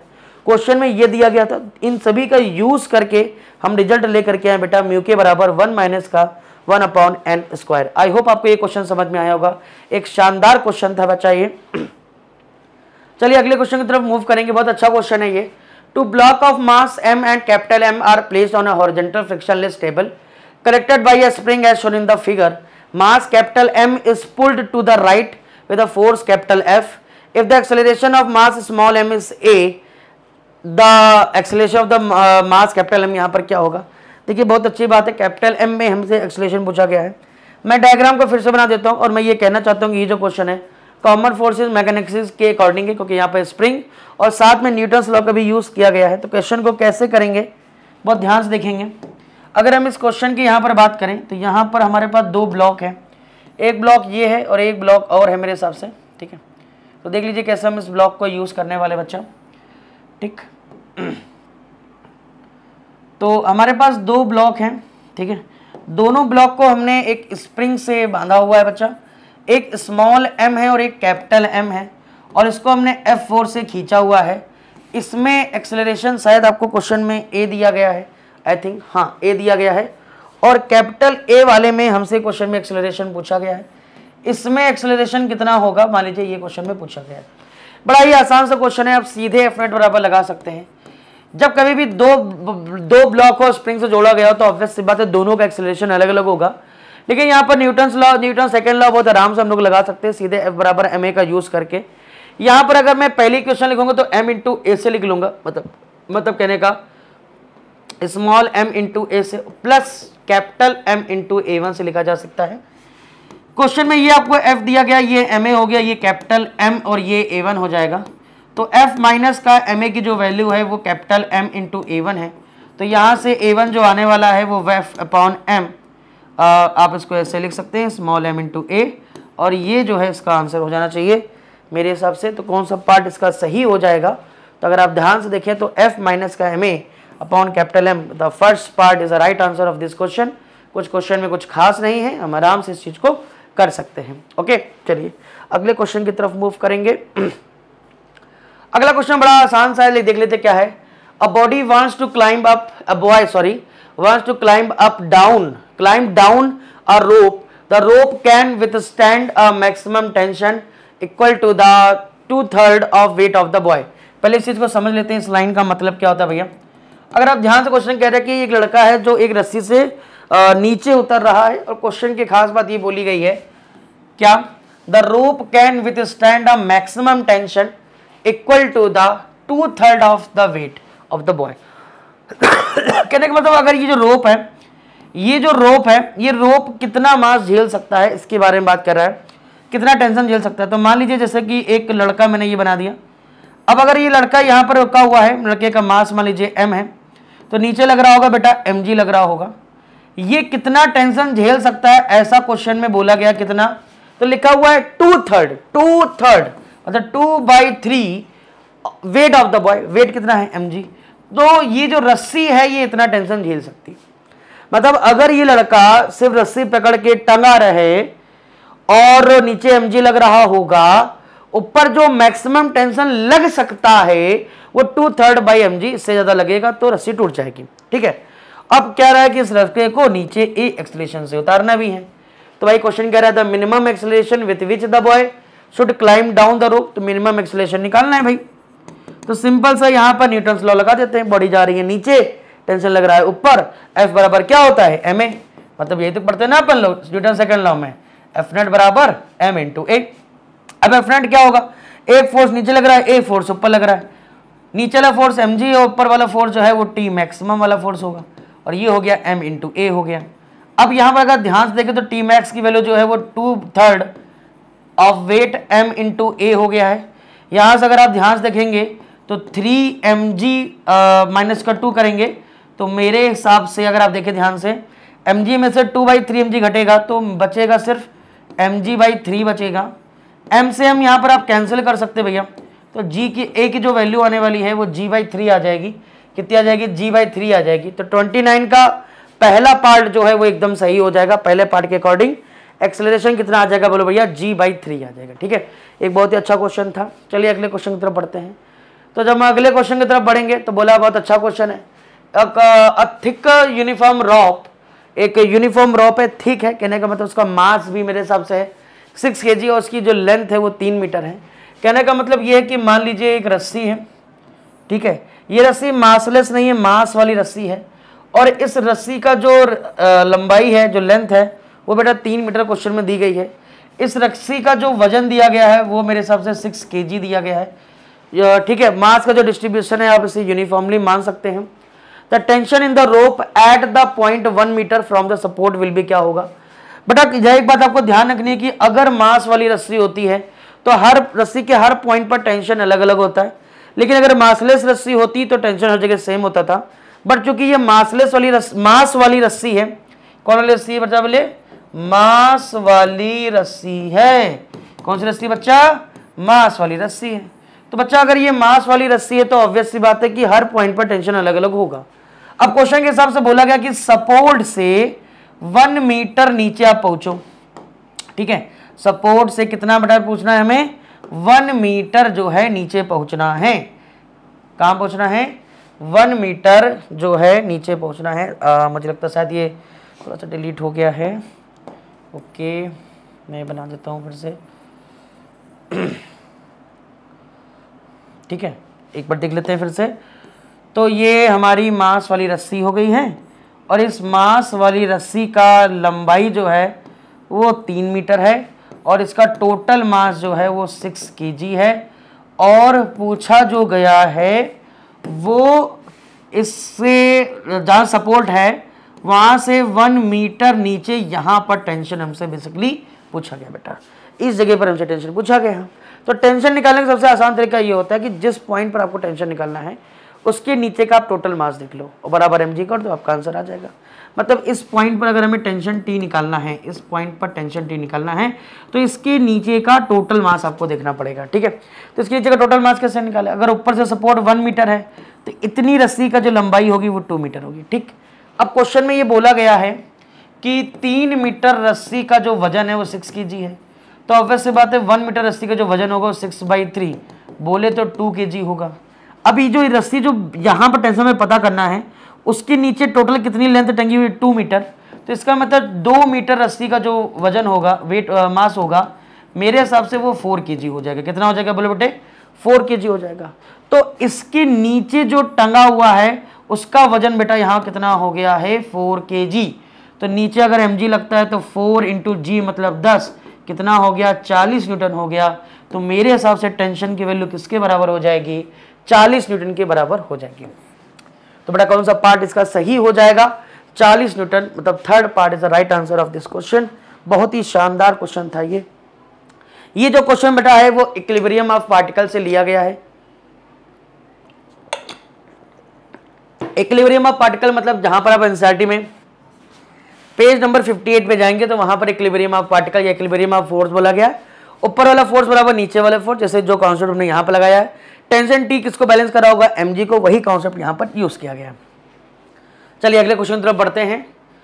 अब bullet of mass 0.03 kg hit a plate, एक hit a plate, the rate है उसका 200 बुलेट पर सेकेंड है with a velocity of 50 metre per second and reflect back हो रहा है with a velocity of 30 metre per second. Average force हमसे यहाँ पर पूछा गया था। देखिए, तो जैसे मान लीजिए ये प्लेट है, ठीक है, इस प्लेट पर एक गन की मदद से बुलेट जो है, बुलेट लगातार आ रही है। ईच हिट प्लेट, लगातार इससे बुलेट आ रही है और बुलेट जो है इस प्लेट पर धड़ धड़ धड़ लगातार लग रही है। तो जब जा रही है तो 50 से जा रही है, 50 मीटर पर सेकंड से जा रही है, ठीक है। और जब वापस टकरा के आ रही है, टकरा के बच्चा जब वापस आ रही है, ठीक है, टकरा के जब ये वापस जा रही है तो उस कंडीशन में इसकी जो स्पीड है वो 3 मीटर पर सेकेंड हो गई। स्पीड थोड़ी सी कम हो गई है, ठीक। और बुलेट का जो मास दिया गया है वो दिया गया 0.03 kg दिया गया बेटा। ठीक है, तो पहले 200 बुलेट पर सेकंड जा रही है, तो वो तो बात की बात है, पहले एक बुलेट का मोमेंटम यहाँ पर अगर हम निकाल लें, change in momentum for 1 bullet, मैं देख लेता हूँ यहाँ पर क्या लिख सकते हैं। हमने बोला change in momentum for 1 bullet, एक बुलेट के हिसाब से पहले देख लेते हैं, फिर 200 बुलेट के हिसाब से भी देख लिया जाएगा, कोई खास बात नहीं है। तो चेंज इन मोमेंटम अगर आप देखेंगे तो चेंज इन मोमेंटम होता है फाइनल माइनस इनिशियल होता है बेटा, फाइनल माइनस इनिशियल। अगर मैं फाइनल की बात करूं तो बॉडी रिटर्न होकर वापस जा रही है, तो मैं मास इसका जो दिया गया है वो 0. अब भाई मोमेंटम पी का फॉर्मूला क्या होता है, m इंटू वी होता है, मास इंटू वेलोसिटी। तो मास हमारा है 0.03 और वेलोसिटी जो कि रिटर्न होकर वापस जा रही है तो हमें निगेटिव में लिखना पड़ेगा, माइनस का कितना लिखेंगे यहाँ पर 30, ये हो गया हमारा फाइनल वाला। फिर इनिशियल अगर लिखें तो मास तो तुम्हारा वही रहेगा, दैट इज 0.03 और वेलोसिटी आपकी यहाँ पर प्लस में प्लस हो जाएगी, दोनों ऐड हो जाएंगे। तो मेरे हिसाब से 0.03 कॉमन लेके 350 हो जाता है 80, तो ये हो जाएगा। और अच्छे से सॉल्व करेंगे तो माइनस में 8 3 24 यहाँ पर बैठेगा और एक ये भी हो जाएगा, तो ये हो जाना चाहिए मेरे हिसाब से डेल्टा पी की वैल्यू। और अगर मैं इसका मॉड ले लेता हूँ तो डेल्टा पी जो आने वाला बेटा वो 2.4 आ जाएगा, ये डेल्टा पी आ गया। ठीक है, लेकिन हमसे क्वेश्चन में एवरेज फोर्स पूछा गया। अब आप घबराएंगे नहीं, एवरेज फोर्स अगर आपको निकालना है तो rate of change of momentum होता है, तो rate of change of momentum कर लेते हैं। लेकिन क्वेश्चन में 200 बुलेट की बात की गई है, तो इसलिए यहाँ पर हमें एन का सहारा भी लेना पड़ेगा। एन यहाँ पर क्या हो जाएगा, number of bullet per second की बात की गई है, तो N upon delta T question में 200 दिया गया है और डेल्टा पी हम लोगों ने निकाल लिया है, ये वैल्यू 200 दी गई है और ये दिया गया है 2.4। ठीक है, तो 24 दिन हो गया 48, एक जीरो और दे देंगे, तो मेरे हिसाब से एवरेज फोर्स जो आने वाला है बच्चा वो 480 न्यूटन आ जाएगा। क्या आ जाएगा, 480 न्यूटन। देखिए भाई 1 बुलेट के चेंज इन मोमेंटम निकाल लिया। अब फोर्स क्या होता है, the rate of change of momentum, जो कि n 200 बुलेट थी, n बुलेट है तो n से मल्टीप्लाई भी कर देंगे। क्वेश्चन में बोला गया था कि n 200 बुलेट पर सेकंड है तो n अपॉन डेल्टा टे और डेल्टा पी से यहाँ पर मल्टीप्लाई कर दिया, क्वेश्चन करा, सॉल्व करके आंसर निकाल लिया। ये जो कहानी होती है ये न्यूटन सेकंड लॉ के अकॉर्डिंग भी है और इम्पल्स के अकॉर्डिंग भी है। ठीक है, तो यहाँ पर हमने इम्पल्स का कॉन्सेप्ट लिखा हुआ है। चलिए अगले क्वेश्चन की तरफ बढ़ेंगे। सेम उसी तरीके का क्वेश्चन है फिर से। अ machine gun fires a bullet of 40 gram with a velocity इतना, the man holding it can exert a maximum force of 144 Newton on gun. How many bullet can he fire per second at the most? देखिए same वही तरीका हो गया यहाँ पर भी, बस अब यहाँ पर क्या है कि बुलेट लगातार वो फायर कर रहा है। अब machine gun fires a bullet, जैसे मान लीजिए मैंने एक मशीन गन बना दी, जस्ट इमेजिन, मैं बहुत अच्छा आर्टिस्ट तो नहीं हूँ लेकिन मैं आपसे कह रहा हूँ, मान लीजिए मैंने एक मशीन गन बना दी है और इस मशीन गन को एक लड़का जो है वो पकड़ के खड़ा हुआ है, तो ऑब्वियस सी बात है उसे पकड़ के खड़े रहना पड़ेगा, जैसे इस तरह से मैं पकड़ के खड़ा हूँ। तो जब हम फायर करेंगे तो रिकॉइल स्पीड हमारे पीछे आ जाएगी और अगर रिकॉइल स्पीड आएगी तो ऑब्वियस सी बात है हमें फोर्स भी फील होने जाएगा। तो कैसे होगा यही हमें जिसको देखना है, तो हमें बस चेंज इन मोमेंटम देखना चाहिए। अब machine gun fires a bullet of mass 40 gram with a velocity of 1200 metre per second, the man holding it can exert a maximum force of 144 newton. चलिए देखते हैं, तो delta P upon delta T का सहारा लेना पड़ेगा और question के हिसाब से अगर देखा जाए तो लगातार फायर कर रहा है तो मैं इनिशियल मोमेंटम को 0 मानूंगा शुरुआत में, और फायर करने के बाद उस बुलेट में मोमेंटम आया होगा जो कि रिकॉइल में इसको मिला होगा। अब यहाँ पर क्वेश्चन में बोला गया कि कितने बुलेट लगातार पर सेकंड निकल रहा होगा, तो मैंने कहा n बुलेट है और n बुलेट का जो मास है, एक बुलेट का जो मास है वो 40 ग्राम है, मतलब 10 की पावर माइनस का 3 हो गया। ठीक है, और ऊपर से वेलोसिटी है कि अगर हम बात करेंगे तो 1200 से मल्टीप्लाई हमने और कर दिया, क्योंकि P बराबर क्या होता है mv m इंटू वी, जो कि n बुलेट है तो n से भी मल्टीप्लाई करना पड़ेगा और ये हो गया हमारा डेल्टा टी। ये हमारा क्या हो गया, डेल्टा टी। क्वेश्चन में पूछा गया कि n बुलेट पर सेकंड, कितने बुलेट पर सेकंड जाएगी, मतलब n अपॉन डेल्टा टी हमसे क्वेश्चन में पूछा गया है और ये फोर्स कितना रिलीज कर रहा है 144। तो अगर हमें n अपॉन डेल्टा टी की वैल्यू निकालनी है तो बस 144 अपन अगर इसका मल्टीप्लाई करेंगे तो 12 चौक 48, 3 जीरो ये खा जाएगा, नीचे 48 हो जाएगा। अब आप इसे सॉल्व करके आंसर निकाल सकते हैं। तो मेरे हिसाब से कितने टाइम्स होगा, आई थिंक 8 24 चौथे 14 3 टाइम्स हो जाएगा। तो कौन सा पार्ट इसका 3 होगा, मतलब 3 बुलेट पर सेकेंड वो फायर कर रहा होगा और इसी हिसाब से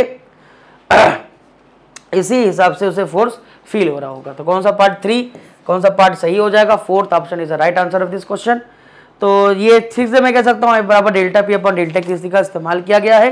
तो न्यूटन सेकेंड लॉ और या फिर कंजर्वेशन ऑफ मोमेंटम भी आप कह सकते हैं, दोनों के अकॉर्डिंग इसमें थ्योरी बन सकती है।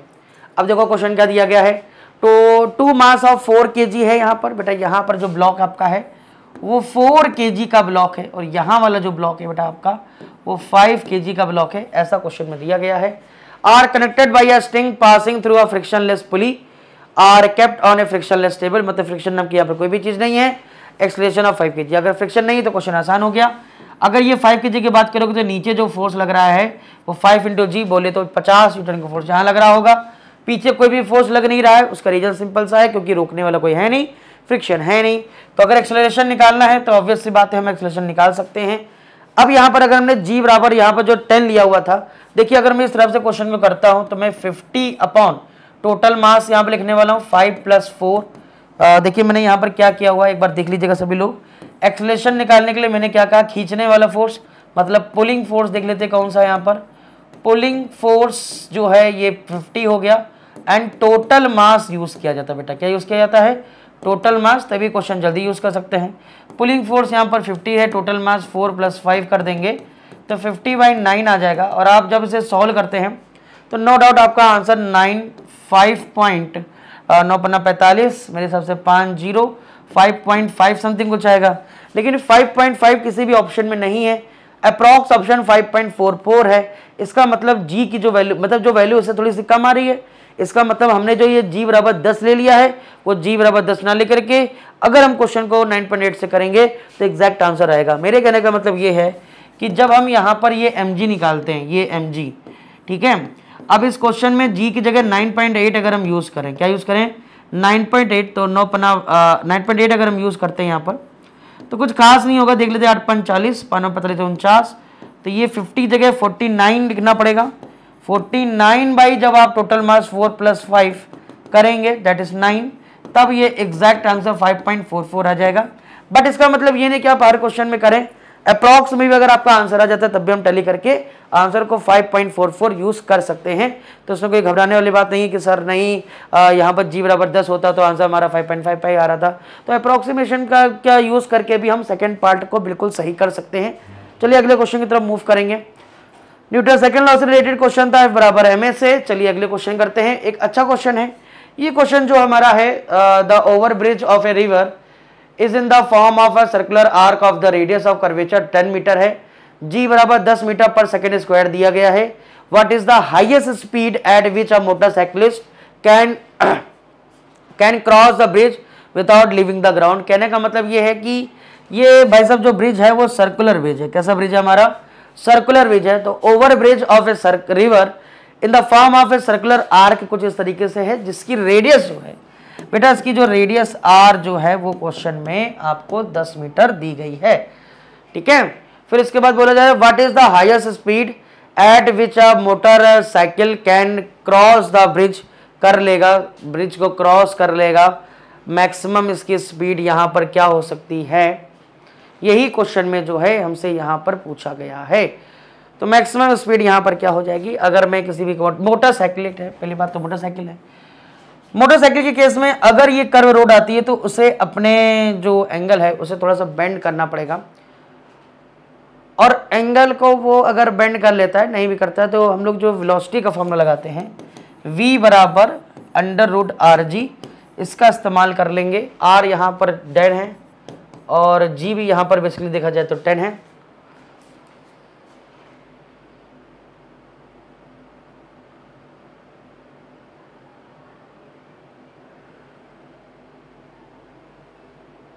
तो इसका जो आंसर बेसिकली जो आ जाएगा वो 10 आ जाएगा, और इस हिसाब से हम जो है चीज़ों को कर सकते हैं।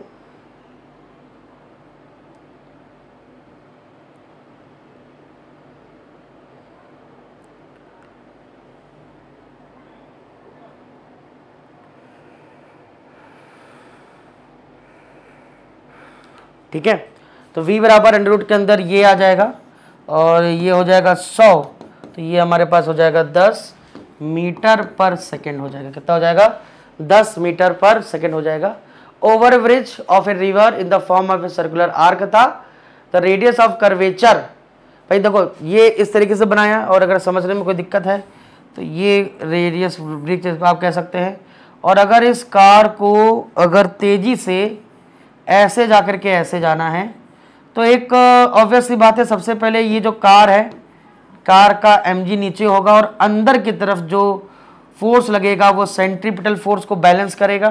तो Fc बराबर आप mg का इस्तेमाल करें, और ये जो होता है mv²/r दैट इज mg हो जाएगा। और इसे ही सॉल्व करने पर बेटा v बराबर √rg आता है। क्या आता है? v बराबर √rg आता है, और rg की वैल्यू यहाँ पर पुट कर देंगे तब भी हमारा आंसर आ जाएगा। ठीक है, चलिए अगले क्वेश्चन की तरफ बढ़ेंगे। तो इस तरीके की कॉन्सेप्ट जो है वो यहाँ पर यूज किए गए हैं। A rocket of mass 10,000 kg blast upward जा रहा है with an initial acceleration of 2 metre per second. Initial thrust of the blast हमसे क्वेश्चन में पूछा गया है।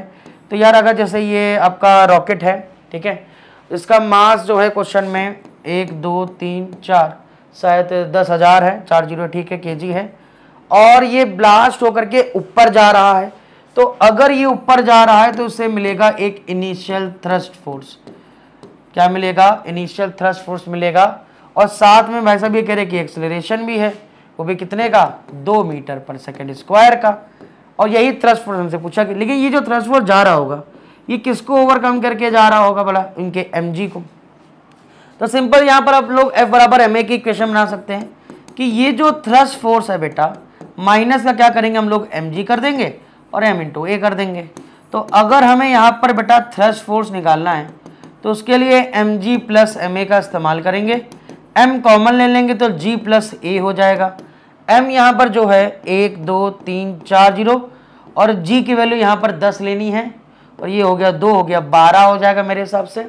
और अगर ये 12 हो जाता है 1 2 3 4, तो मेरे हिसाब से अगर ध्यान से देखें तो ये 120 किलो न्यूटन हो जाएगा। क्या हो जाएगा? 120 किलो न्यूटन हो जाएगा। इसका पहला पार्ट जो है वो सही हो जाएगा। चलिए अगले क्वेश्चन की तरफ बढ़ेंगे। हाँ, ये सेम ऐसे क्वेश्चन आपको एनसीईआरटी पेज नंबर पर एक्सरसाइज में मिलेगा। हम लोगों ने बस क्वेश्चन को थोड़ा सा मॉडिफाई किया था। वहाँ पर 20,000 था, हमने 10,000 कर दिया, और यहाँ पर एक्सेलरेशन 5 था तो हम लोगों ने 2 कर दिया। ठीक है, चलिए अगले क्वेश्चन की तरफ बढ़ेंगे। एक नॉन इनिशियल फ्रेम का एक शानदार क्वेश्चन आया हमारे पास। A lift is going up with an acceleration of 2 metre per second square. से लिफ्ट ऊपर जा रही है। Find the normal force between 3 kg and 5 kg।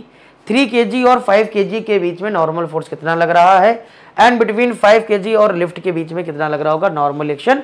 ये हमसे क्वेश्चन में पूछा गया। चलिए यहाँ सॉल्व नहीं हो पाएगा, मैं एक स्लाइड और ले लेता हूँ। तो हमने कहा क्या कि भैया यहाँ पर हमारे पास मान लीजिए लिफ्ट है, और इस लिफ्ट के अंदर 2 ब्लॉक है। इस लिफ्ट के अंदर जो बच्चा 2 ब्लॉक है, मान लीजिए एक ब्लॉक ये है और एक ब्लॉक जो है हमारे पास ये है। ठीक है, मैं दोनों ब्लॉक को कलर कर देता हूँ ताकि दोनों की आइडेंटिटी थोड़ी सी अलग अलग दिखे। ओके, तो हमने क्या किया, दोनों ब्लॉक को अलग अलग कलर से कन्वर्ट कर दिया। ठीक, अब अगर आप ध्यान से देखें तो नीचे वाला जो ब्लॉक है क्वेश्चन में 5 kg का है और 10 kg का है। ये वाला जो है ये शायद 5 kg का है। ओके, ठीक है, तो मैं बना देता हूँ 5 kg, और ये जो है वो हमारा 3 kg का। उसके बाद ये जो लिफ्ट है वो a बराबर कुछ एक्सेलरेशन से ऊपर जा रही है 2 मीटर पर सेकेंड स्क्वायर से। a की जो वैल्यू है वो 2 मीटर पर सेकेंड स्क्वायर से बेटा ये ऊपर जा रही है, और हमसे नॉर्मल फोर्स पूछा गया है इन दोनों के बीच में प्लस इन दोनों के बीच में नॉर्मल फोर्स पूछा गया है। चलिए निकालते हैं। सबसे पहले मैं 3 kg की बात करता हूँ। तो 3 kg के लिए मैं FVD अलग से बना देता हूँ। ठीक है, 3 kg ब्लॉक के लिए मैंने क्या किया, एक FVD बना दिया भाई। 3 kg ब्लॉक पर जो नॉर्मल फ्रिक्शन लग रहा होगा वो ऊपर लग रहा होगा। ठीक है, मान लीजिए N1 है, और नीचे लग रहा होगा इसका वजन। ठीक, नीचे लग रहा होगा इसका mg, मतलब 3g बोले तो 30 न्यूटन लग रहा होगा।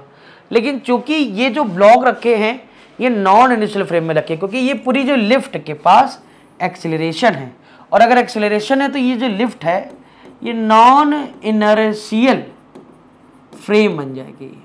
और बच्चा नॉन इनर्शियल फ्रेम के अंदर मौजूद बॉडी पर एक सूडो फोर्स भी लगता है जो एक्सेलरेशन की डायरेक्शन के जस्ट अपोजिट लगता है। क्या लगेगा? एक सूडो फोर्स। तो एक सूडो फोर्स भी साथ में 3 kg पर लगेगा। कहां पर? नीचे। क्यों? क्योंकि ये एक नॉन इनर्शियल फ्रेम में है। अगर लिफ्ट ऊपर जा रही है तो सूडो फोर्स नीचे लगेगा, और अगर इनकेस लिफ्ट नीचे जा रही होती तो सूडो फोर्स ऊपर लग रहा होता, तो एक सूडो फोर्स भी साथ में लगेगा। और इस सूडो फोर्स की वैल्यू क्या होती है? Mass into acceleration. मास किसका? उस बॉडी का, और एक्सीलरेशन इसका लिफ्ट का जो नॉन इनिशियल फ्रेम है उसका एक्सीलरेशन लेते हैं। तो बेटा ये 3 हो गया, साथ में एक्सीलरेशन जो है आपका 2 हो जाएगा, तो ये हो जाएगा 6। अब आप ध्यान से नॉर्मल एक्शन को देखेंगे तो साथ में 6 + 30 बोले तो 36 न्यूटन हो जाएगा। कितना हो जाएगा? 36 न्यूटन हो जाएगा। ठीक है, अब मैं 5 kg वाले की बात करता हूँ। 5 kg वाले ब्लॉक में ज़्यादा परेशान नहीं होना है। 5 kg वाले ब्लॉक पर सबसे पहले लिफ्ट जो है नॉर्मल एक्शन जो है वो ऊपर लगा रही होगी। बोले ठीक गुरु जी, मान लीजिए ये N2 होगा। कौन लगा रहा है? लिफ्ट लगा रहा है।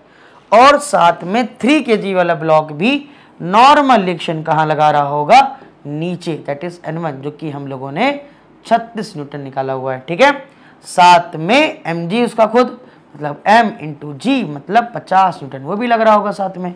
और साथ में एक सूडो फोर्स भी लग रहा होगा, लेकिन इस बार मास 3 की जगह कितना होगा? 5, क्योंकि इसी ब्लॉक पर सूडो फोर्स लग रहा होगा। और एक्सीलरेशन 2 मतलब 5 दूनी 10। तो अब अगर हमें N2 निकालना है तो उसके लिए 10 + 50 + 36 सब जोड़ेंगे तो 96 न्यूटन आ जाएगा। तो 3 kg वाले पर 36 और इस पर 96, तो कौन सा पार्ट सही होगा? First part is the right answer of this question. I hope आपको ये क्वेश्चन समझ में आ गया होगा। ठीक है, तो चलिए अगले क्वेश्चन की तरफ मूव करते हैं। तो फिर वही है बात होगी, कॉमन फोर्स इन मैकेनिक्स के हिसाब से होगा। चलिए आइए क्वेश्चन नंबर 37 एक बार फिर से देखते हैं हम लोग। क्वेश्चन नंबर 37 में क्या है? A sphere of mass M is resting against 2 walls as shown. Find the normal force between the wall and the sphere of the mass M kept at a rest. तो ये कैसे किया जाए भाई? तो यहाँ पर क्वेश्चन के हिसाब से क्या है बेटा कि मान लीजिए एक सरफेस में हमने ये एक स्पेयर को ऐसे रखा हुआ है और ये जो दोनों स्पेयर हैं वो इस तरीके से इंक्लाइंड है। ठीक है, दोनों स्पेयर जो हैं वो इस तरीके से इंक्लाइंड, स्पेयर जो है ये दोनों इंक्लाइन के साथ रेस्ट पर हैं यहाँ पर। ठीक है, तो यार ऑब्वियस सी बात है, नॉर्मल एक्शन तो लगेगा। एक नॉर्मल एक्शन इधर लगेगा, ठीक है, और एक नॉर्मल एक्शन इधर लग जाएगा। तो अलग अलग से मैं बना देता हूँ यहाँ पर। जैसे मान लीजिए एक नॉर्मल एक्शन ये लगा और एक नॉर्मल एक्शन ये लग जाएगा। ठीक है, एकदम क्लियर मेरी बात। तो अब अगर आप ध्यान से देखें तो यहाँ पर थोड़ा सा एंगल का बेटा बहुत बड़ा रोल है। एंगल का रोल सर जी कैसे है?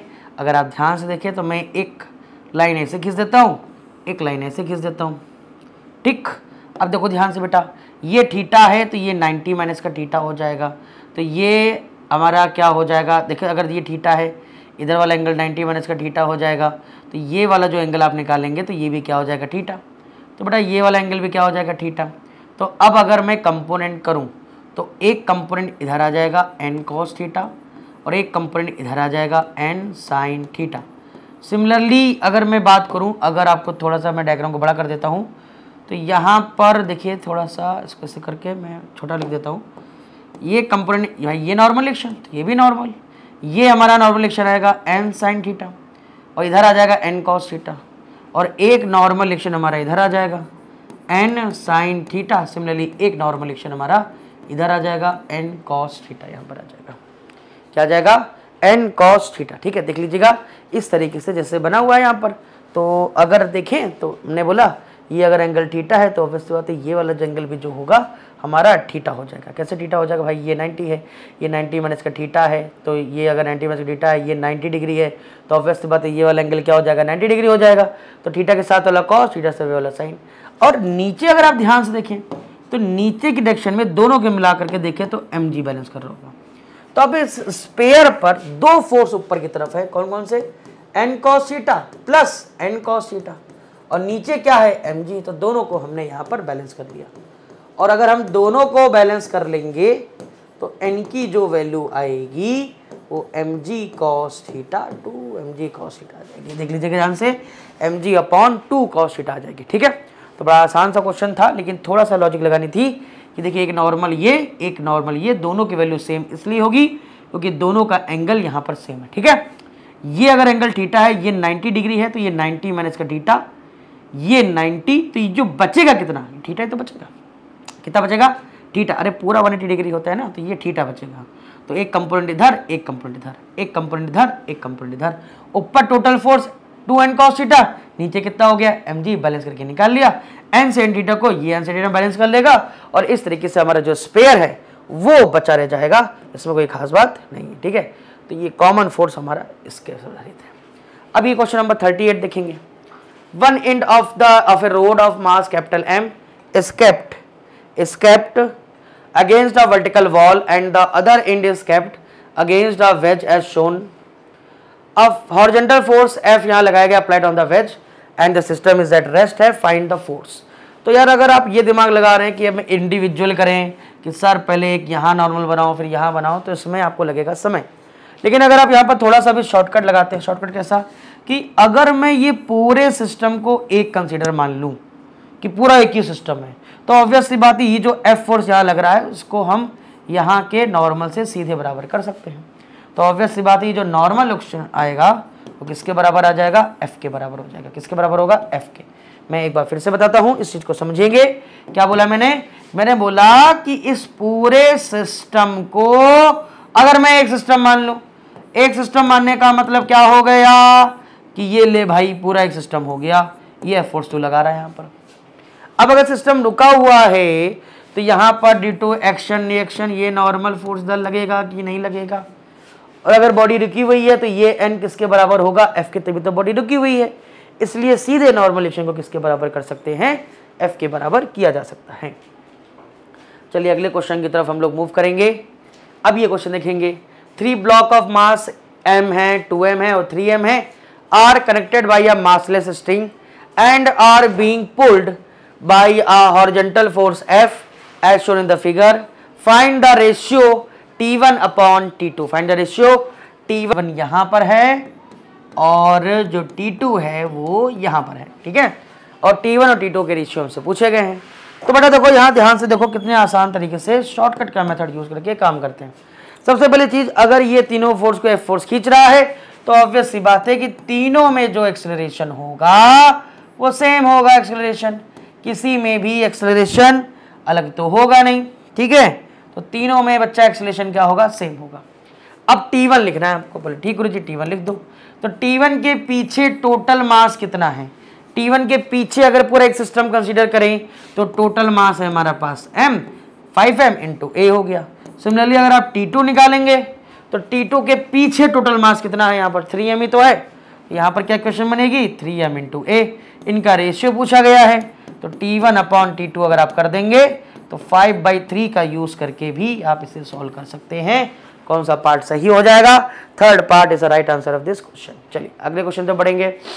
फोर्स टाइम ग्राफ आपको दिया गया है और the total change in momentum पूछा गया है। तो आपको याद होना चाहिए, अगर फोर्स और टाइम ग्राफ दिया गया है तो बच्चा ये बात याद रखना है आपको, area under the curve, area under the curve in force versus time graph, force versus time graph gives क्या देता है, चेंज इन मोमेंटम, और बच्चा साथ में इंपल्स भी देता है। लेकिन यहाँ पर चेंज इन मोमेंटम निकालना है, मतलब अगर एरिया अंडर द कर्व इसकी निकाल लें तो हमारा आंसर आ जाएगा। अब देखिए ध्यान से, एरिया कैसे निकालें, एक एरिया ये है, एक एरिया ये है।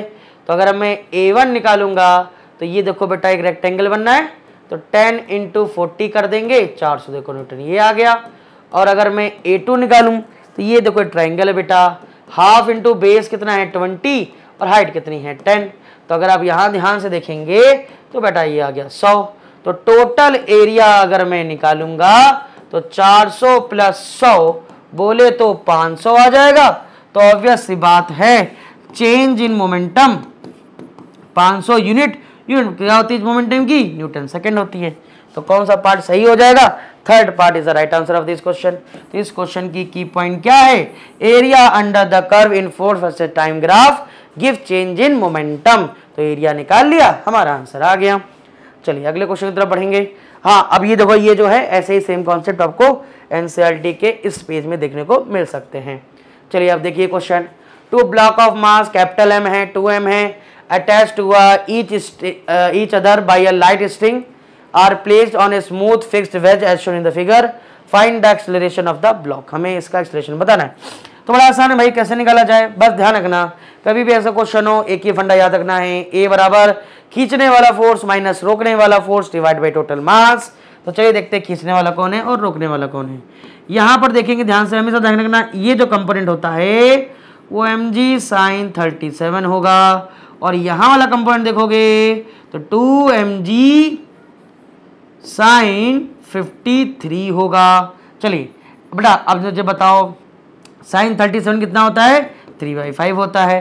तो यहाँ पर खींचने वाला फोर्स 3mg/5 है। अब पता नहीं खींचने वाला कि रोकने वाला, वो हम देख लेंगे। इधर आ जाओ, 2mg sin 53 जो होता है बेटा वो 4/5 होता है। तो ये तो हमारा 8mg/5 आ रहा है। अब हमें साफ दिख रहा है कि बड़ा फोर्स कौन है, ये वाला, तो खींचने वाला ये है, रोकने वाला ये है। तो अगर एक्सेलरेशन निकालना है सिंपल सी बात है, क्या, खींचने वाला फोर्स माइनस रोकने वाला force divide by total mass, मतलब m + 2m। तो अब ध्यान से देखेंगे तो इसमें से जब तुम इसको घटाओगे तो 8 में से 3 गया 5, 5 से 5 कैंसिल हो जाएगा, ऊपर तो mg बचेगा, नीचे 3m हो जाएगा, m से m कैंसिल हो गया, g/3 आ गया। तो एक्सेलरेशन बेटा कितना आ गया, g/3 आ गया। एक्सेलरेशन कितना आ गया, g/3। चलिए अगले क्वेश्चन तरफ पढ़ेंगे। तो न्यूटन सेकंड लॉ के अकॉर्डिंग इसको किया जा सकता है।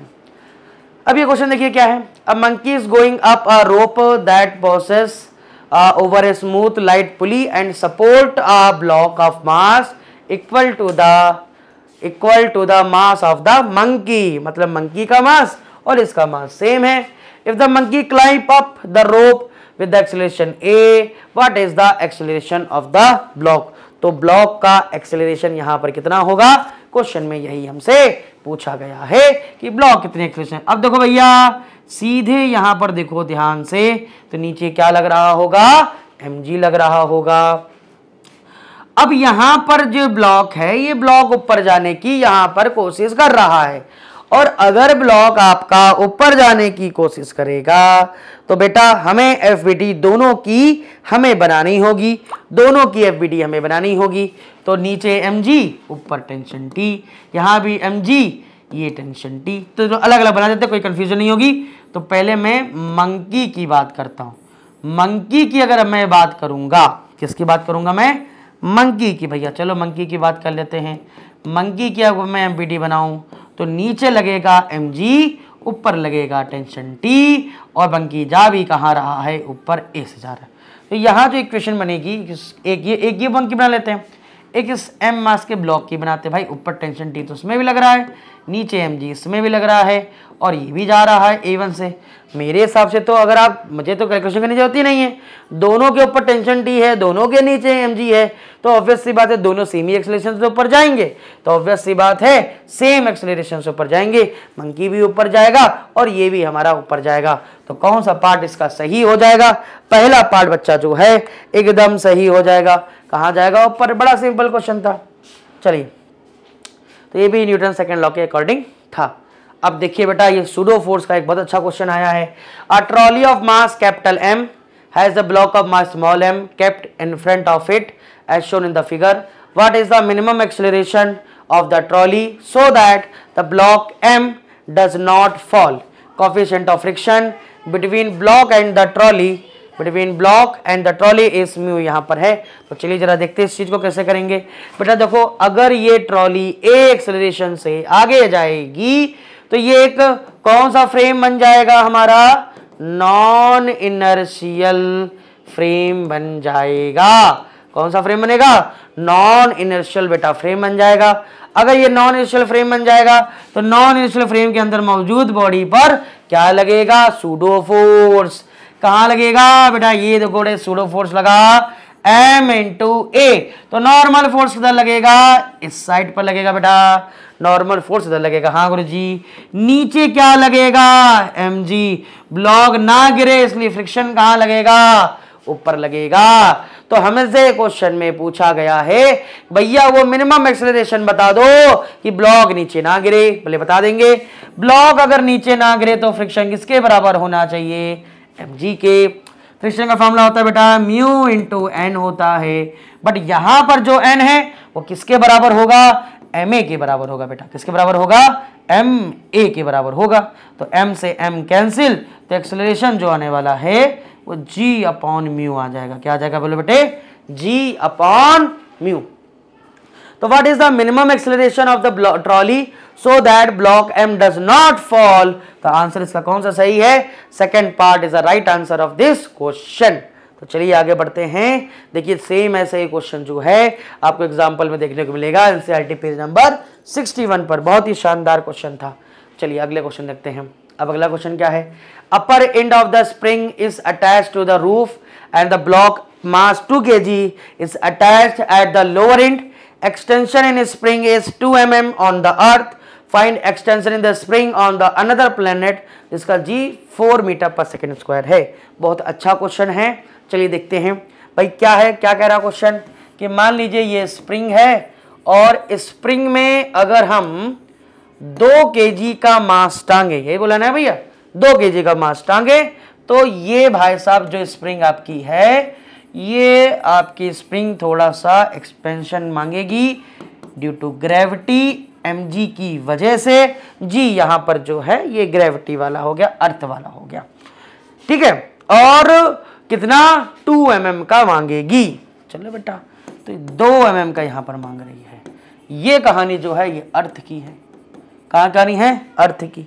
तो अगर ये 2 mm जो आता है वो kx की मदद से आता है। ऊपर कौन सा फोर्स लगता है? स्प्रिंग फोर्स लगता है।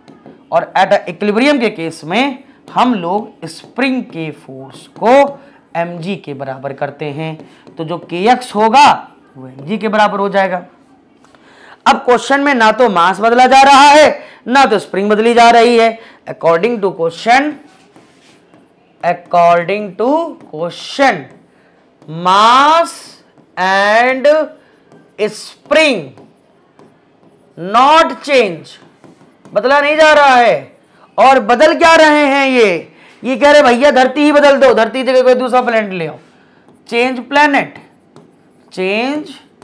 प्लेनेट ही बदल दिया। तो जब प्लेनेट बदल दोगे तो अब ये जो एक्सटेंशन है ये सिर्फ किस पर डिपेंड करेगा? जी पर। किस पर डिपेंड करेगा? जी पर डिपेंड करेगा।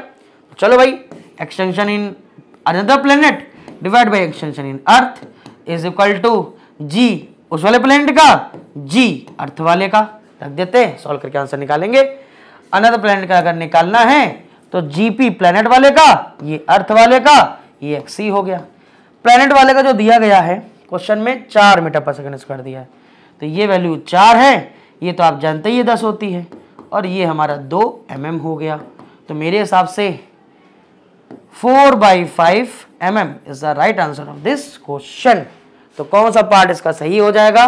Third part is the right answer of this question. एक पीवाईक्यू बेस्ड क्वेश्चन था ये। चलिए अगले क्वेश्चन की तरफ बढ़ते हैं हम लोग। लास्ट क्वेश्चन 45 है। Find minimum force to be applied parallel to the incline plane to move the block down in incline plane. तो कह रहा भैया पहली बात तो ये है कि ये ब्लॉक नीचे खिसक के चला जाएगा, तुम चाहे गोभी फ्रिक्शन लगा लो। क्यों? पहले हम इस कॉन्सेप्ट को सरल समझते। 37 है और म्यूस की वैल्यू है वो 0.8 है। तो अगर मैं आपसे कहूं कि जैसे ये इंक्लाइन प्लेन है बेटा, इंक्लाइनेशन एंगल जो है वो 37 डिग्री है, और आपने एक m मास की बॉडी, और शायद m मास की वैल्यू जो है वो 10 kg दी गई है, वो ये है, ठीक। और यहाँ पर जो फ्रिक्शन है, ये जहाँ पर जो फ्रिक्शन आपको दिया गया है वो 0.8 का दिया गया, शायद कितना दिया गया है? 0.8 का फ्रिक्शन दिया गया है। तो कह रहा है कि भैया इस ब्लॉक को नीचे लेके जाना। Find minimum force to be applied parallel to incline plane to move the block down the incline plane, को नीचे लेकर के आना है। इसका मतलब फ्रिक्शन रोक नहीं पा रहा होगा, तभी ऐसी बात है, नीचे खींच के लेके जाना पड़ेगा। नीचे एक फोर्स तो हमारा mg sin थीटा तो लग ही रहा है, और पीछे आपका फ्रिक्शन लगा रहा होगा, क्योंकि क्वेश्चन में f दिया गया है म्यू इंटू एन, मतलब mu S into mg cos theta पीछे लग रहा होगा। तो भैया ये सब तो बैलेंस होगा, इसलिए बॉडी नहीं चल रही होगी। तो इसलिए कह रहा है भैया एक फोर्स और लगाओ तो मिनिमम, ताकि नीचे जाए, और इसी फोर्स की वैल्यू पूछी गई है। तो F plus mg sin theta is equal to mu S mg cos theta.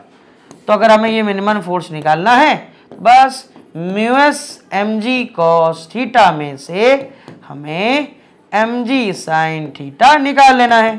ये 0.8 है, मास 10 kg है, ये भी 10 kg है। cos 37, ये 10 kg into 10 kg into cos नहीं साइन 37, साइन 37। अब देखो इसका इससे मल्टीप्लाई कराओ तो 8 हो जाएगा। 8 मतलब कहो तो आप 80 भी कह सकते हैं इसके यहाँ पर। और cos 37 की जो वैल्यू होती है वो 4/5 होती है। माइनस यहाँ पर भी देखें तो 100 इंटू ये होता है 3/5 होता है भाई। ठीक है, तो 8 चौक 32 ऊपर 320 हो जाएगा, यहाँ पर 300 हो जाएगा, यहाँ पर 5 हो जाएगा, तो 20/5 हो जाएगा, 5 चौक 20 हो जाएगा। तो मेरे हिसाब से 4 न्यूटन का फोर्स मिनिमम लगाना चाहिए तो काम बन जाएगा। तो कौन सा आंसर सही हो जाएगा? फोर्स का 45 का तीसरा। ठीक है बेटा, थैंक यू वेरी मच।